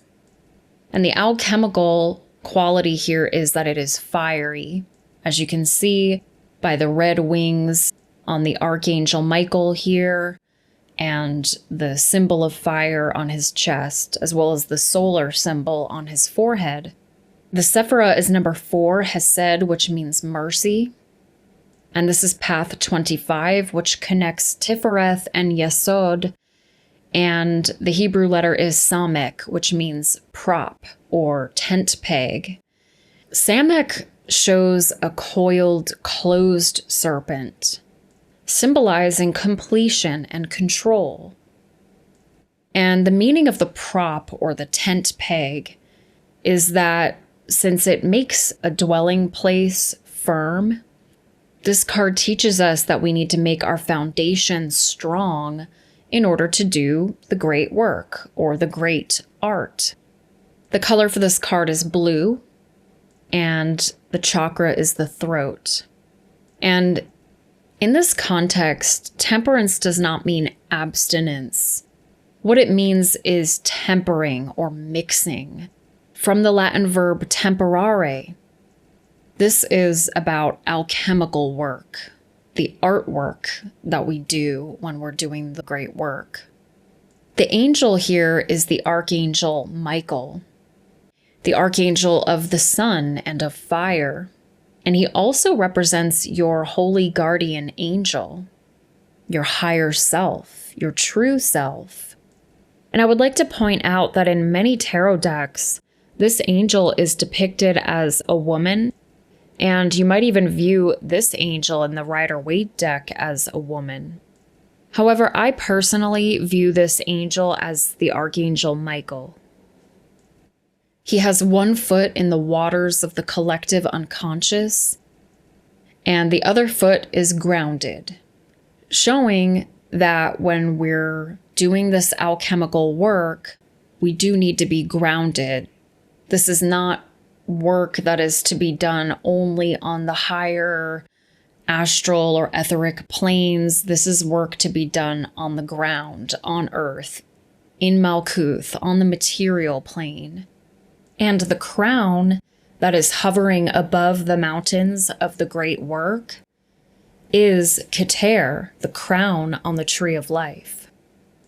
And this card prompts us to ask ourselves whether we are transmuting the base metals of our personality and whether our desires are becoming pure. Are our minds becoming clear? Have we developed our intuition? Are we applying ourselves to the one great work? Doing the great work is not for cowards, and that's why this is the Archangel of the sun and the fire element of courage and strength and power. So doing the great work is not for cowards. The universe detests cowards. This is not for those who are merely trifling with occultism. It is for the disciplined, those who are dedicated to this path, and the one great work is for the courageous. And the primary attributions for Key 14 are verification and wrath. The intelligence of trial or probation teaches us not to go to extremes. This is a card of integration, blending, moderation, harmonization, and transmutation. Expansion, progress, growth, opportunities, and success. It's a very happy card. It's a card of optimism, passion, enthusiasm, and inspiration. That's why it's on the Sephira of mercy. This is a card of composure, human rights, benevolence, and charity, faith, conviction, theology, and spiritual lessons. It's all about the concerns of the Sagittarius, higher education, true education, not the indoctrination camps that we laughingly call universities that give higher education. No, this is about true higher education, which can be done independently, by the way. It's about philosophy, ethics, and metaphysics, travel, vacations, adventure, and exploration. These are some of the ways that we can learn through experience. The Temperance card is about innovation, writing, broadcasting, and reporting. These are some of the methods by which we can do the great work, getting media out there into the public sphere, writing, broadcasting, reporting the truth. This is a card of people who are executives. It can be a card about corporations and very large scale or international enterprises. The negative qualities of this card are that it could show that there is religious mania, bigotry, stubbornness, an us versus them mentality, fanaticism, false hope, selflessness, altruism, and focusing on the collective and the crowd, and competitiveness. And now the Fool has an encounter with the Devil. Card 15, Lord of the Gates of Matter. Upon approaching the Devil, the Fool has reached the beginning of the final stage of his journey. This is the renewing intelligence, and you'll see what I mean by that in a moment. The astrological correspondence is the sign Capricorn, the goat, that very diligent, patient, hardworking, tenacious sign that is concerned with long-term success and public reputation, and can be overly materialistic if they're not careful. The alchemical quality of this card is that it's earthy. The Sephira is number 5, Gevurah Severity. And this is path 26 between Tifereth and Hod. The Hebrew letter is Ayin, which means eye. The eye is the symbol for this card because sight is the most common way to be deceived. And the devil is a deceiver. Ayin also means fountain, which symbolizes renewal, the renewing intelligence. And this is a renewed desire to escape bondage and to attain freedom. See, sometimes we have to go through a dark night of the soul or encounter the devil before we even realize that we're in chains. And after we have that realization and that renewing intelligence comes to us, then we might be prompted to seek freedom. The color for this card is indigo, and the chakra is the throat chakra. He sits in a black background, and the reason that the background is black is because that symbolizes ignorance. He has bat wings because he is the prince of the powers of air. And it is these powers of air that a dark occultist or a sorcerer might choose to direct in order to manipulate or control or hypnotize other people so that they could gain a power differential between themselves and others for their own personal selfish gain. His bottom half is an eagle, which is the old sign of Scorpio. And it is these powers which must be purified and sublimated before we can set ourselves free. You see the hand gesture he's doing? Like this? That's the reversal of the gesture that the Hierophant was making. And what this gesture means is it's saying that what can be grasped with the five senses alone is all that there is. It's a propping up of the material world above the spiritual. Just like the inverted pentagram on his head shows the point of spirit pointed downward, showing that matter is being glorified above the spiritual realm. You see that his torch is upside down, burning wastefully, and it is not providing much light. He sits on a half cube, which represents an imperfect understanding of the material world. The black cube represents the material world, but he's sitting on a half cube, you see, showing that he doesn't even understand the material plane. The horns and tails on the slaves show that they have become bestialized. They have become like beasts due to their ignorance and delusion. And also their chains are rather loose around their necks, showing that they are willing slaves. They could take those chains off at any time, but they choose not to. So this is a card of willful ignorance. Willful ignorance, ignoring information that is present. This card teaches us that while there is much more than the material world, we shouldn't wait to take care of our material resources and our bodies, because those things do matter too. And the devil helps the fool to realize the bondage that he is in. Sometimes we have to have a dark night of the soul in order to realize that we are even enslaved at all. And the attributions of the devil card are bondage and mirth. What mirth means is laughter. So this is a card of laughter and humor.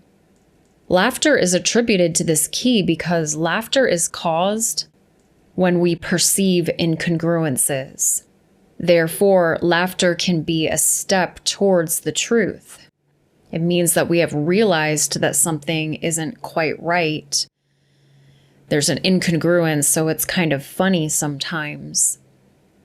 And this card also teaches us to have a sense of humor. We can ridicule and shun and laugh at the devil's error. We can rise above the dark occultists and the powers that should not be by shaming and laughing at them. The devil is God inverted. We become bestialized and enslaved if we choose to remain in ignorance and mental inversion. This card represents the material world, time, and boundaries. Also structure, rules, the status quo, tradition, and our social conditioning. You can think of the phrase, slow and steady wins the race, with this card, because this is a card of long-term plans and success. It's about discipline, tenacity, patience, determination, conviction, and routine. It's also about expertise, status, our public reputation and career, and manifestation. It's a card about large businesses, corporations, institutions, and schools, building, difficult projects, and very gradual, slow development.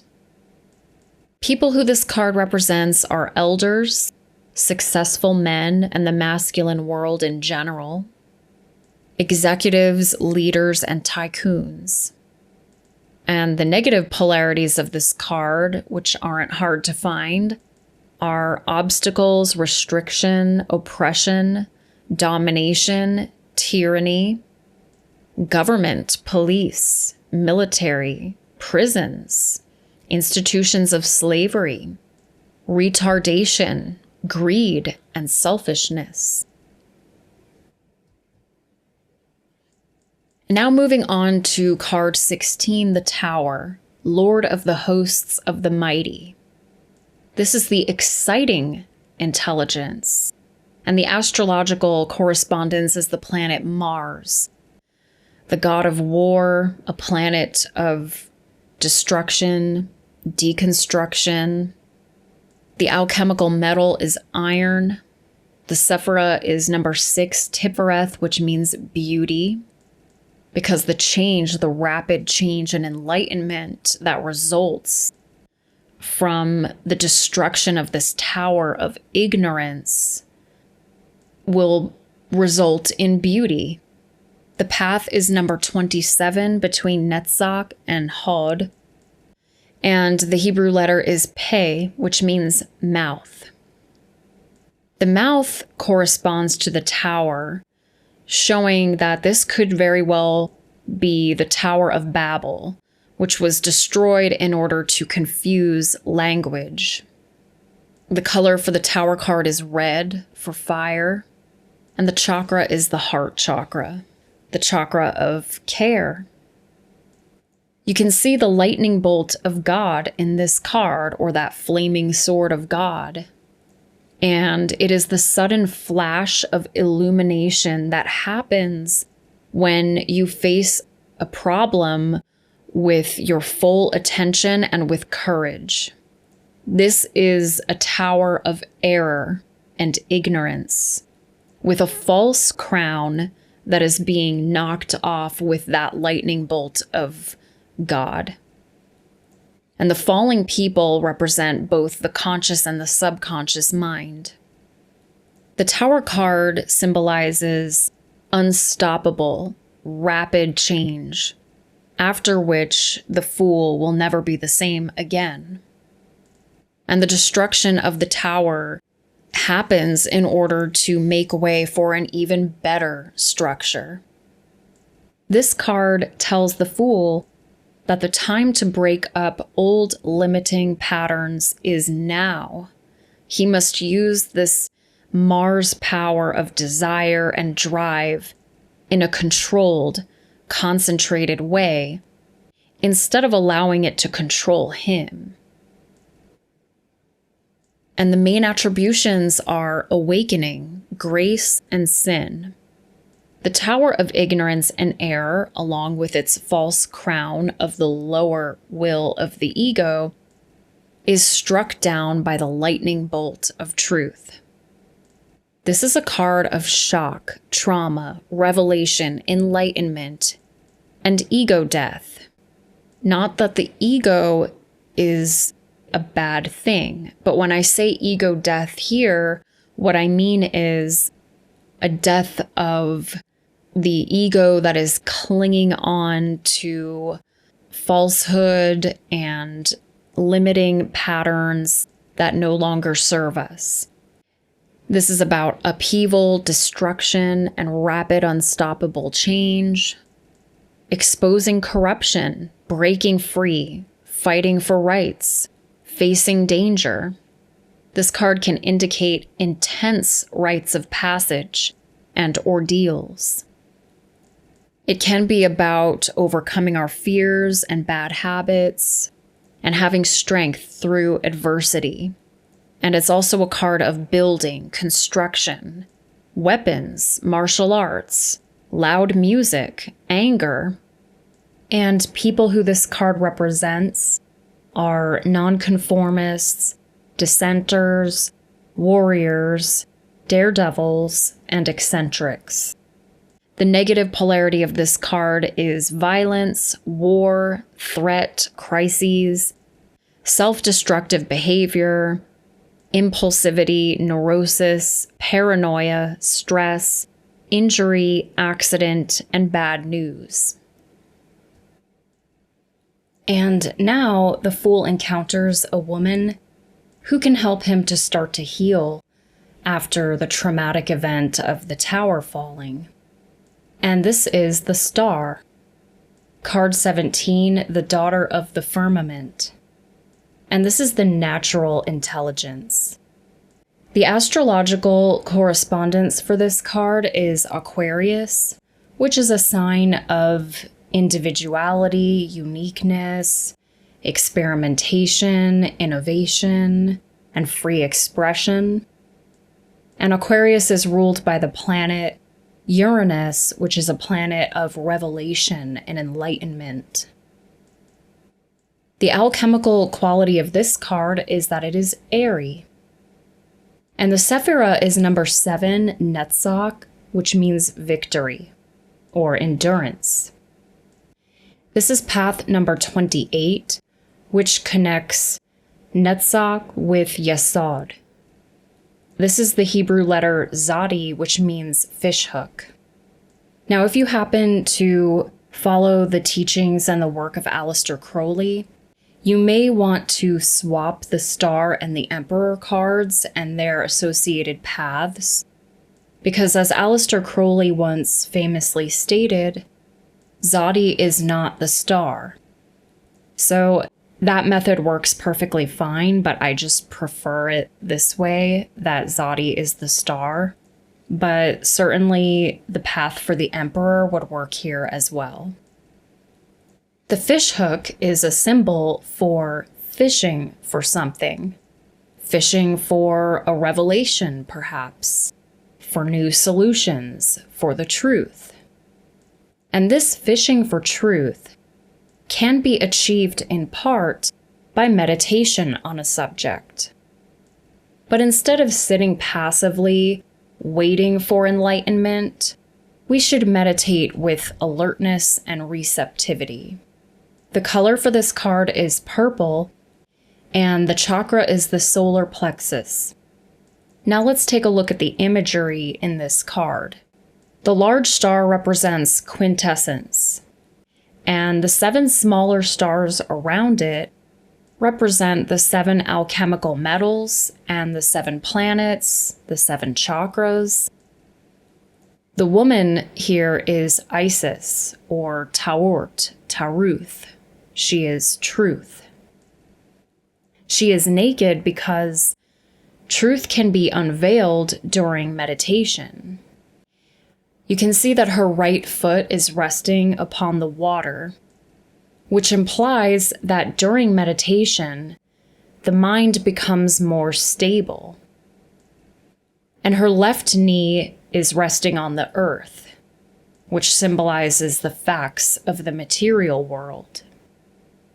One of her vases is receiving the truth from the pool, and the other vase pours out into 5 streams.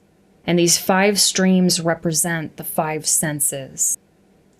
So she is gathering truth with one jug and pouring out the fruits of her meditation onto the earth with the other.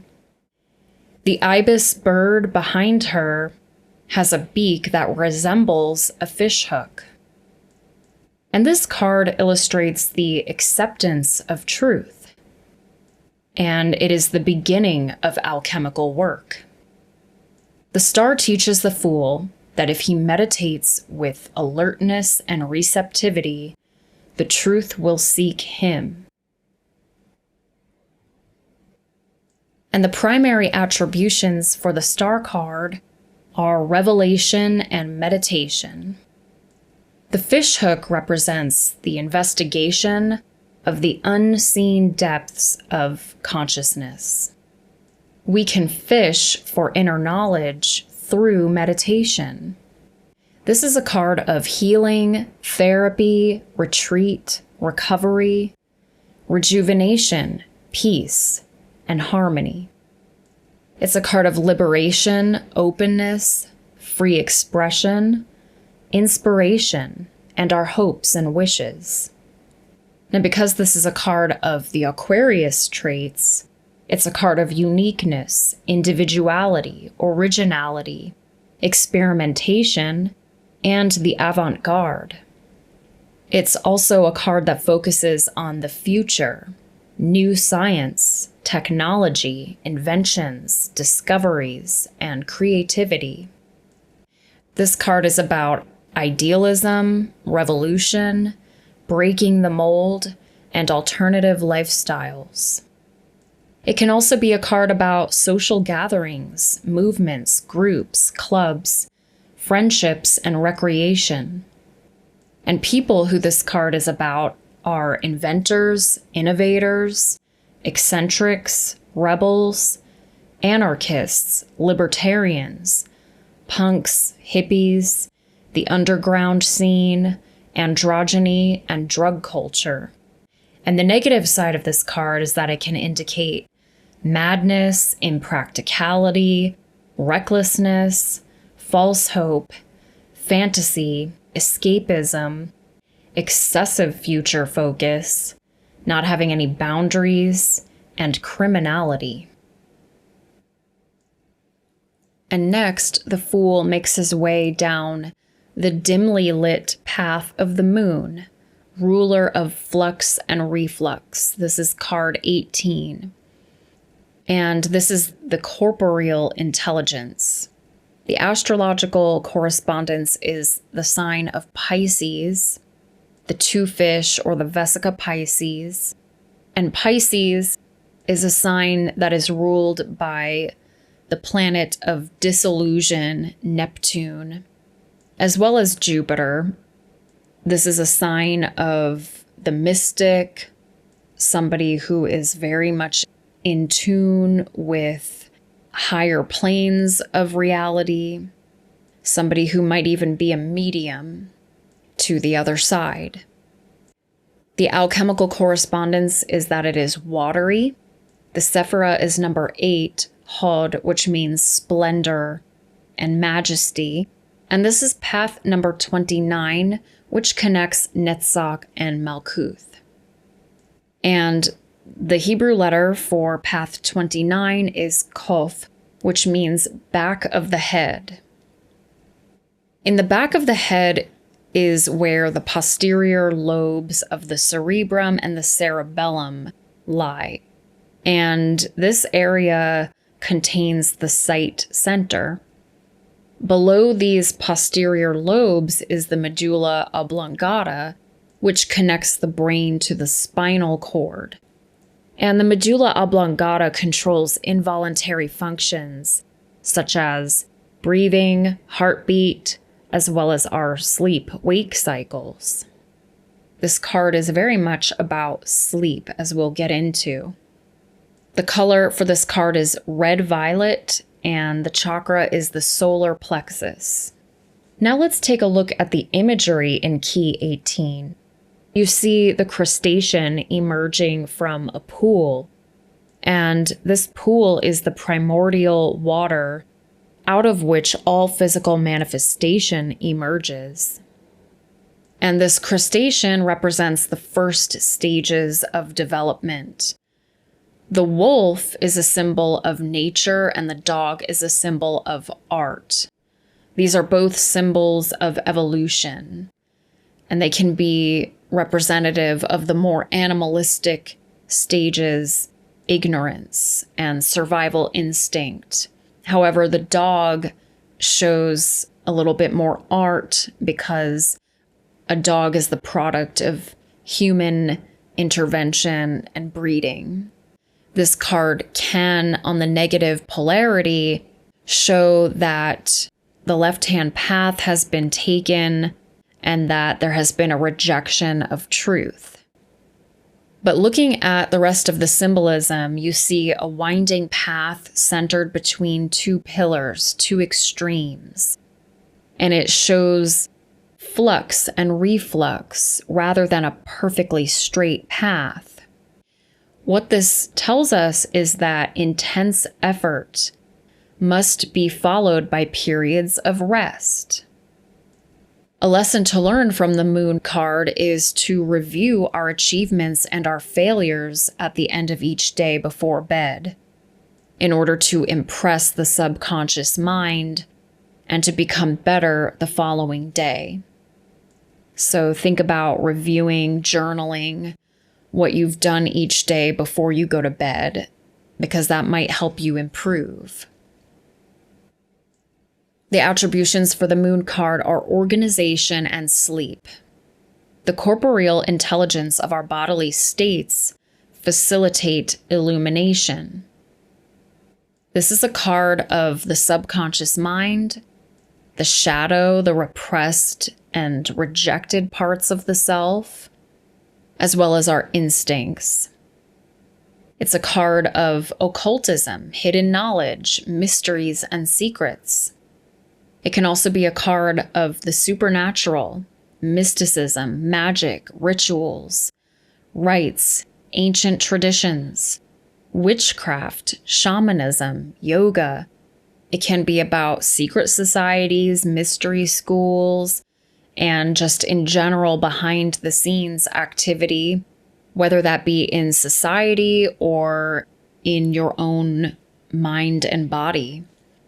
This is a card of surreal art, music, dance, theater, and film, creatives, visionaries, magicians, hypnotists, and dream analysts. And some of the more negative meanings of the moon card include sorrow, depression, illness, hypersensitivity, dreaminess and escapism, transgression, irrationality, insanity, schizophrenia, substance abuse, deceit, corruption, and problems with mothers. The moon card is a darker card, a card of the dimly lit path, so there are a lot of negative attributions. And now, after walking on that dark path, the Fool finds his way to the sun, Lord of the Fire of the World, card 19.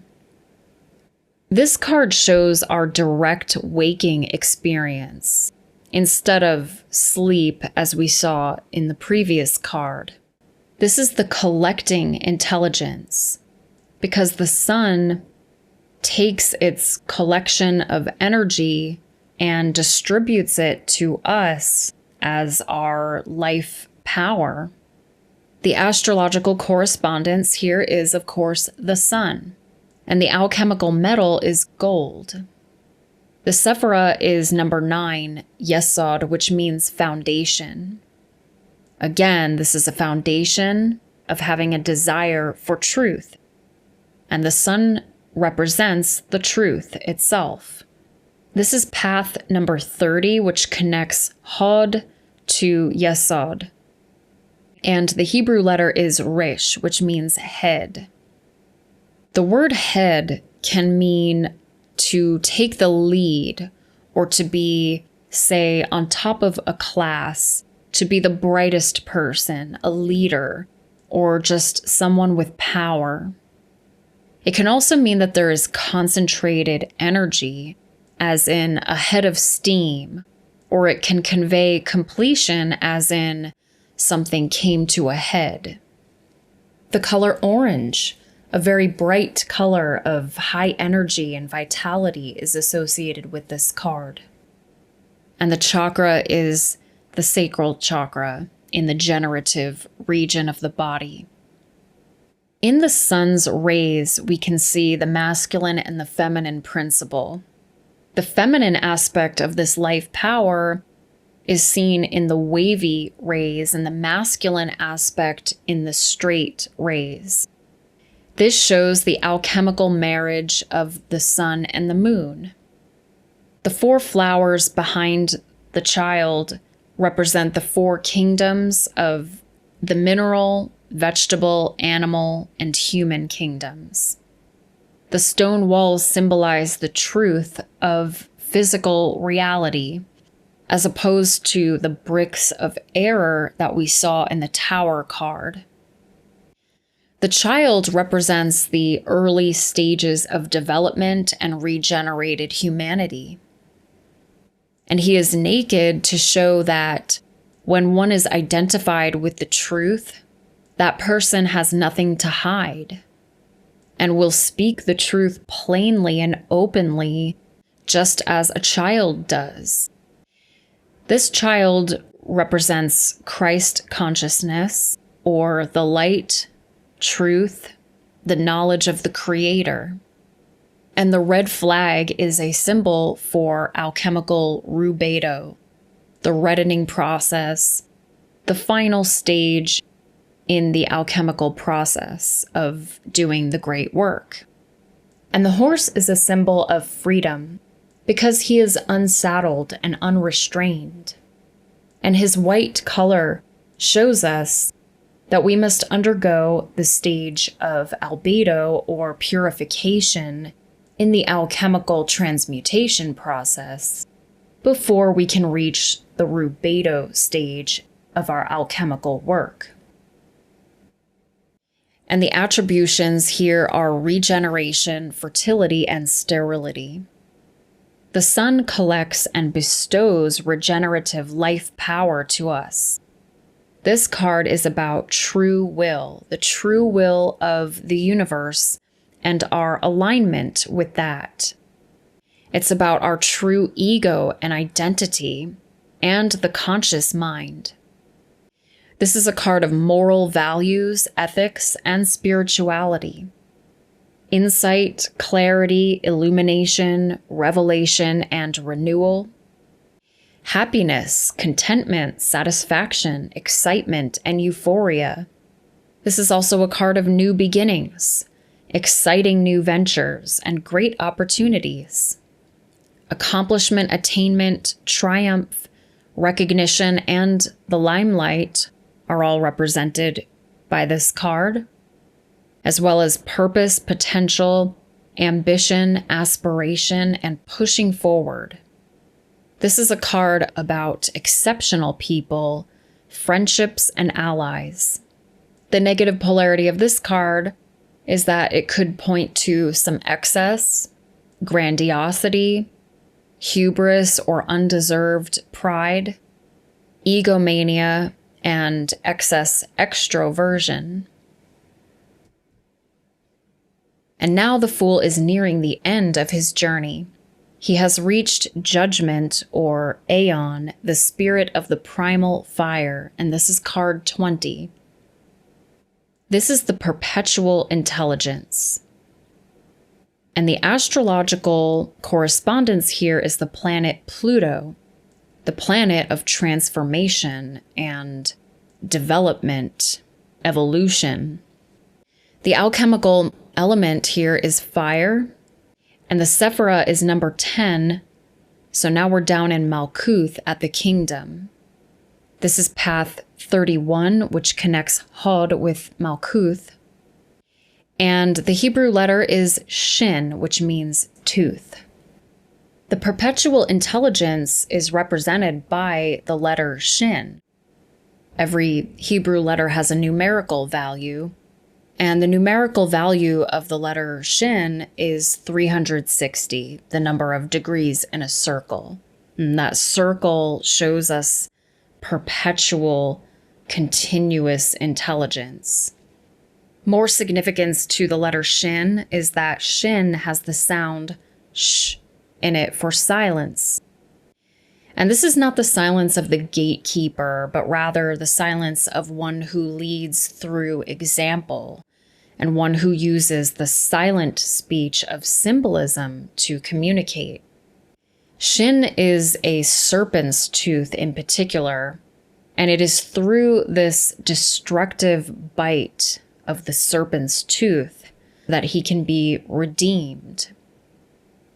The color red is associated with this card, and the root chakra is the chakra of this card. Judgment is the consequence of weighing evidence, and the Fool will find out whether his consciousness equals the weight of the feather of truth. We can see the Archangel Gabriel calling to wake the Fool up with his gold trumpet of illumination.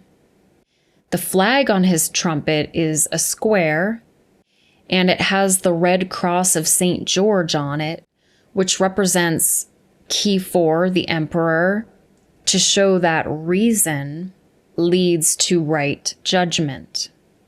And you can see the waters of the subconscious mind in this card, as we've seen in so many other cards before.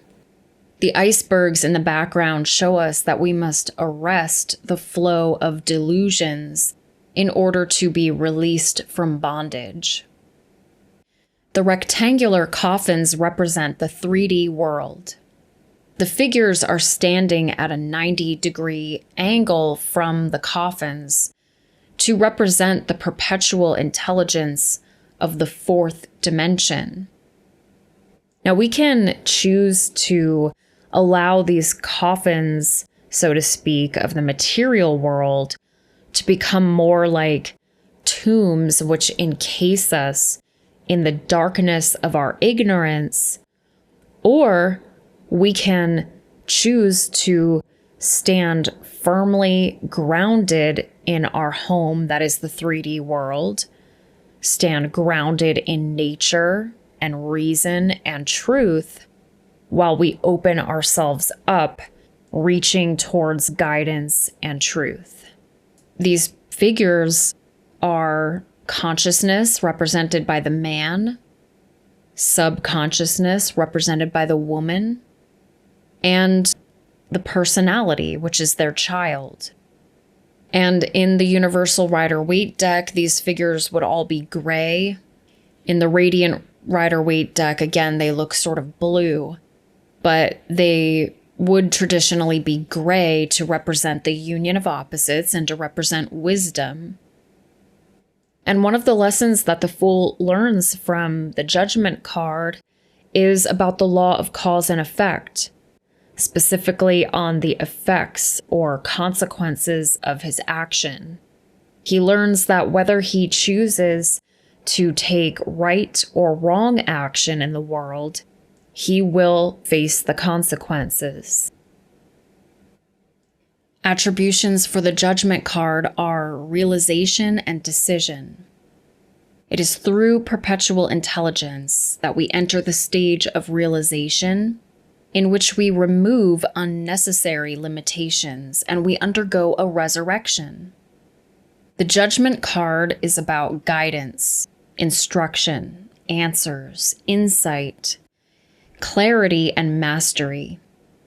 This is a card of revelation, awakening, enlightenment, salvation, and resurrection.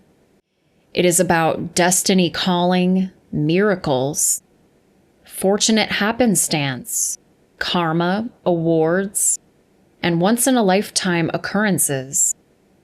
It can be about learning experiences and great achievement, psychological breakthrough, solutions and metamorphosis, morality, principles, and ethics, friends, mentors, coaches, guides, and gurus. So when you see this card, it's a calling for you to wake up, to use reason, and come up out of your sleep.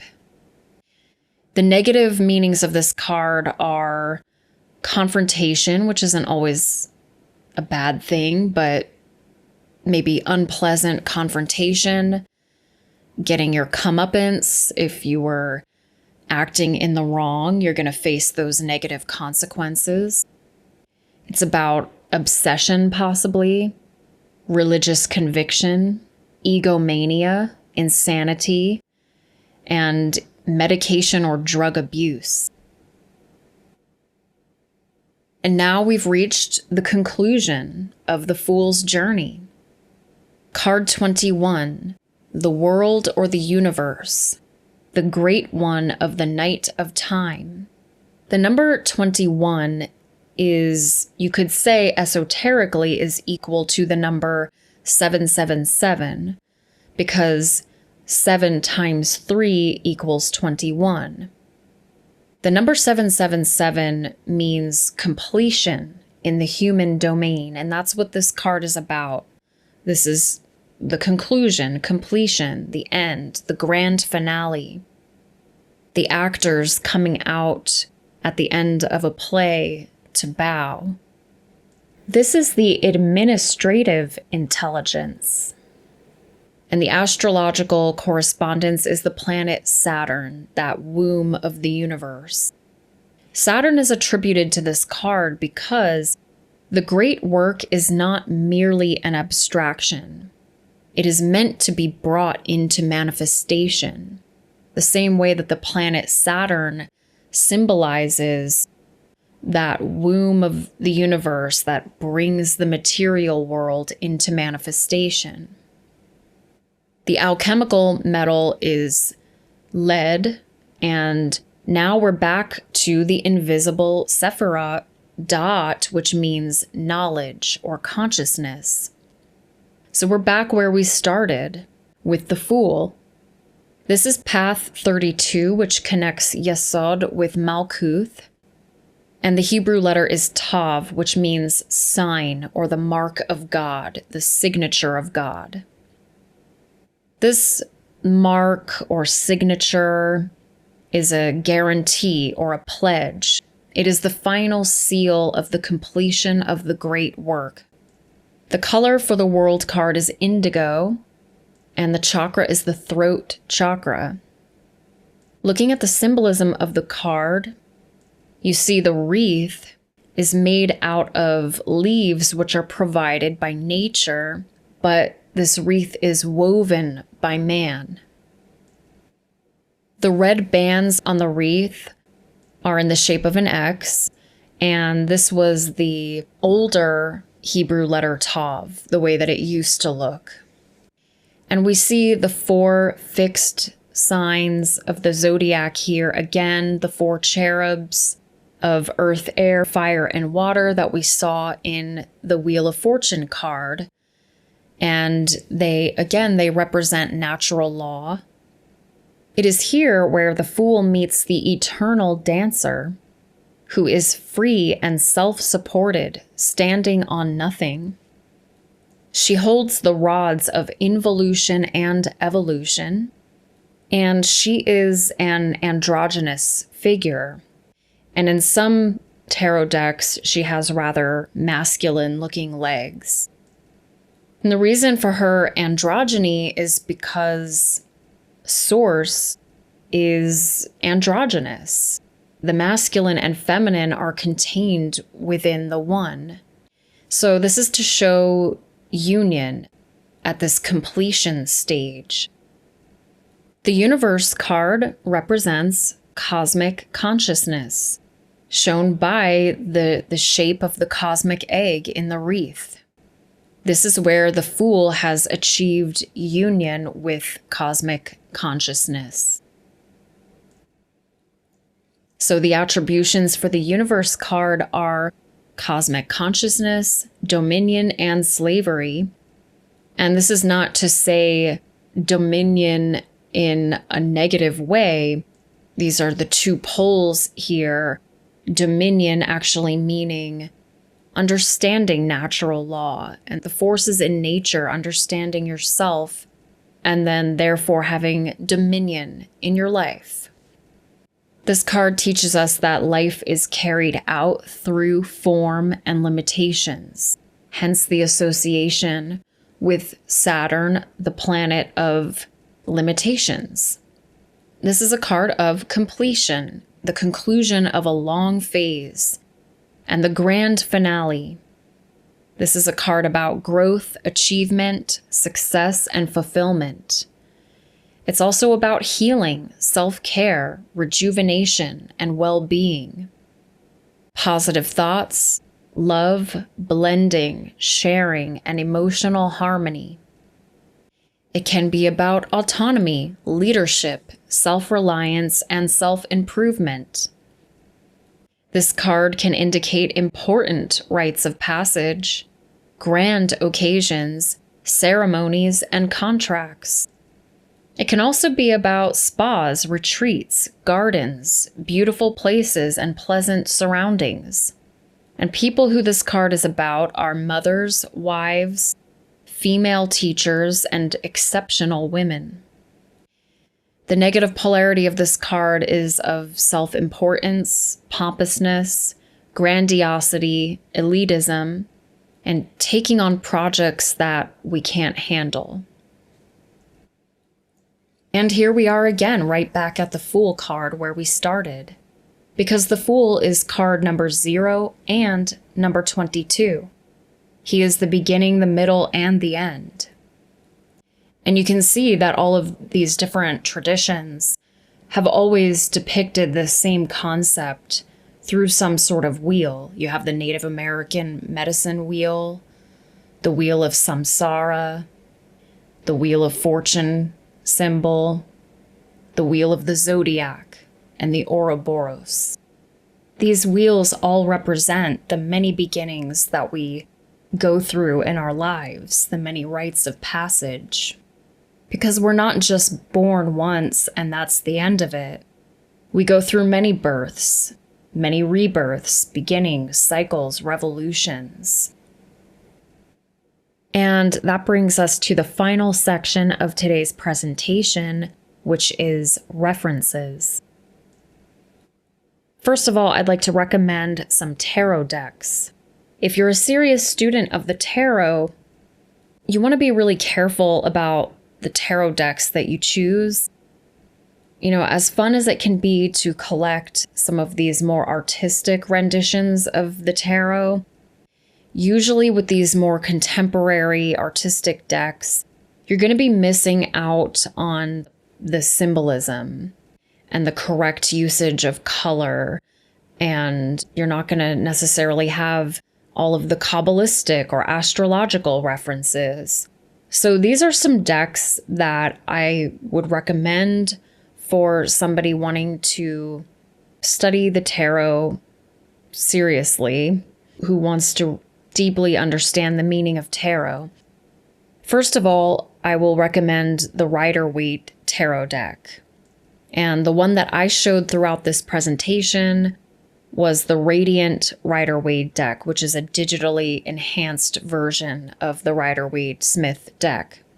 This is a deck that I strongly recommend for brand new students to the tarot, because this deck is the most explicit in its symbolism, and it's just the easiest to understand, and you really want to have a good grasp on the Rider-Waite deck before you move on. So I would suggest working with this deck maybe for a year or even longer before you move on. The next deck that I'll recommend is the Boda Tarot by Builders of the Adytum, which is a mystery school of Kabala and Tarot. And this is a deck that you actually color in yourself, which is really fun, but also it can be helpful to color it in yourself because you're creating a strong connection with each of the cards when you do that. And the next deck that I'll recommend was actually my first tarot deck, the Hermetic Tarot. Now, I would advise that absolute beginners of the tarot do not go straight for this deck, at least not without supplementing it with using the Rider-Waite deck, because this is a rather complex tarot deck. However, once you gain a good understanding of tarot, you might want to move on to this one because it does contain all of this Kabbalistic and astrological and Rosicrucian and Egyptian symbolism. So you're just going to be able to add layers upon layers of new knowledge to your understanding of tarot through this Hermetic deck. And then, of course, there is Aleister Crowley's Thoth deck, which is really beautiful and also stays true to the symbolism. A lot of people seem to resonate with this deck really well, but I will caution you that Aleister Crowley took it upon himself to switch the numbers for the Strength and the Justice card. So what you're going to probably want to do is white it out or somehow edit it and change it back, because you're going to want to keep the numerical integrity of the cards. That's really important. And then finally, I will recommend the Liberty deck, Tarot of the Eternal Stars. This one just has really gorgeous artwork, and it's really helpful, especially if you have a good hold on astrology, because the astrology is all there. So those are my tarot recommendations. And also, if you're really into Kabbalah, I recommend the decks by Eugene Vinitsky. They're rather expensive, but they're just beautiful and very helpful if you're trying to learn Kabbalah and the Tree of Life. And here are some of the books that I would like to reference for today's presentation. First of all, Path of the Fool by Michael Tessarion is an excellent, comprehensive look at the tarot cards. He goes into a great amount of detail on both the positive and negative meanings of each of the 78 cards, and he covers the upright and reversed meanings of cards. The next book is Tarot Fundamentals by Paul Foster Case. So another good book on tarot, and I derived some knowledge on numerology from this book. And Wisdom of Tarot, the Golden Dawn Tarot Series #1 by Paul Foster Case. Now, both of these books are a little harder to come by, but if you can get a hold of them, please go ahead and read them. I think they'll really enrich your understanding. I'm going to recommend reading The Kybalion by, quote, The Three Initiates, which was really written by William Walker Atkinson. But if you want to learn about natural law principles, go ahead and check out The Kybalion. And The Mystical Kabbalah is my favorite book on Kabbalah by Diane Fortune. She does an excellent job explaining Kabbalah in a way that's easy to understand. I'm going to reference the collected works of C.G. Jung, specifically volumes 6 and 8, which are Psychological Types and Structure and Dynamics of the Psyche, respectively. And then finally, I'll recommend a book called Magic Without Tears by Aleister Crowley, in which you can learn a little bit about the great work. This would be a good start. And some video references. I recommend the Path of the Fool playlist on unslaved.com by Michael Tessarion. Strongly recommend that one. Such an in-depth look at the tarot cards. I would like to suggest that people watch a seminar entitled Demystifying the Occult by Mark Passio, where not only can you learn more about the micro and macrocosmic tree of life, some of the meanings of the tarot cards, but a ton of other valuable occult knowledge. I'm also going to recommend watching a documentary entitled Mark Passio and the Science of Natural Law, as well as his seminar called Natural Law, the Real Law of Attraction, and How to Apply It in Your Life. And you can watch all 3 of these presentations by Mark Passio on the website whatonearthishappening.com. And if you'd like some videos on Kabbalah, I recommend a series called Kabbalah Revealed by Tony Kosanek. And then here's a few links for you. I recommend reading an article called Inner Zodiac at michaeltessarion.com by Michael Tessarion. And if you can, if you're a really serious student of the tarot and you want to kick it up a notch, or quite a few notches, I would recommend the Tarotscopes Mystery School at tarotscopes.com. A great website is ifdawn.com. It's a website that's been around since the mid-90s, and it has an interactive Kabbalistic tree of life that you can click on to learn about all of the sections of the tree. And a similar website is servantsofthelight.org.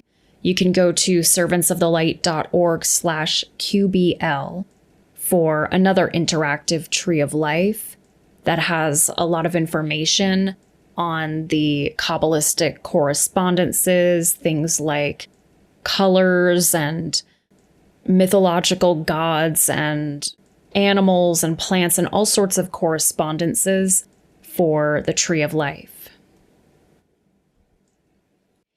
And that concludes today's presentation on the Major Arcana of the Tarot.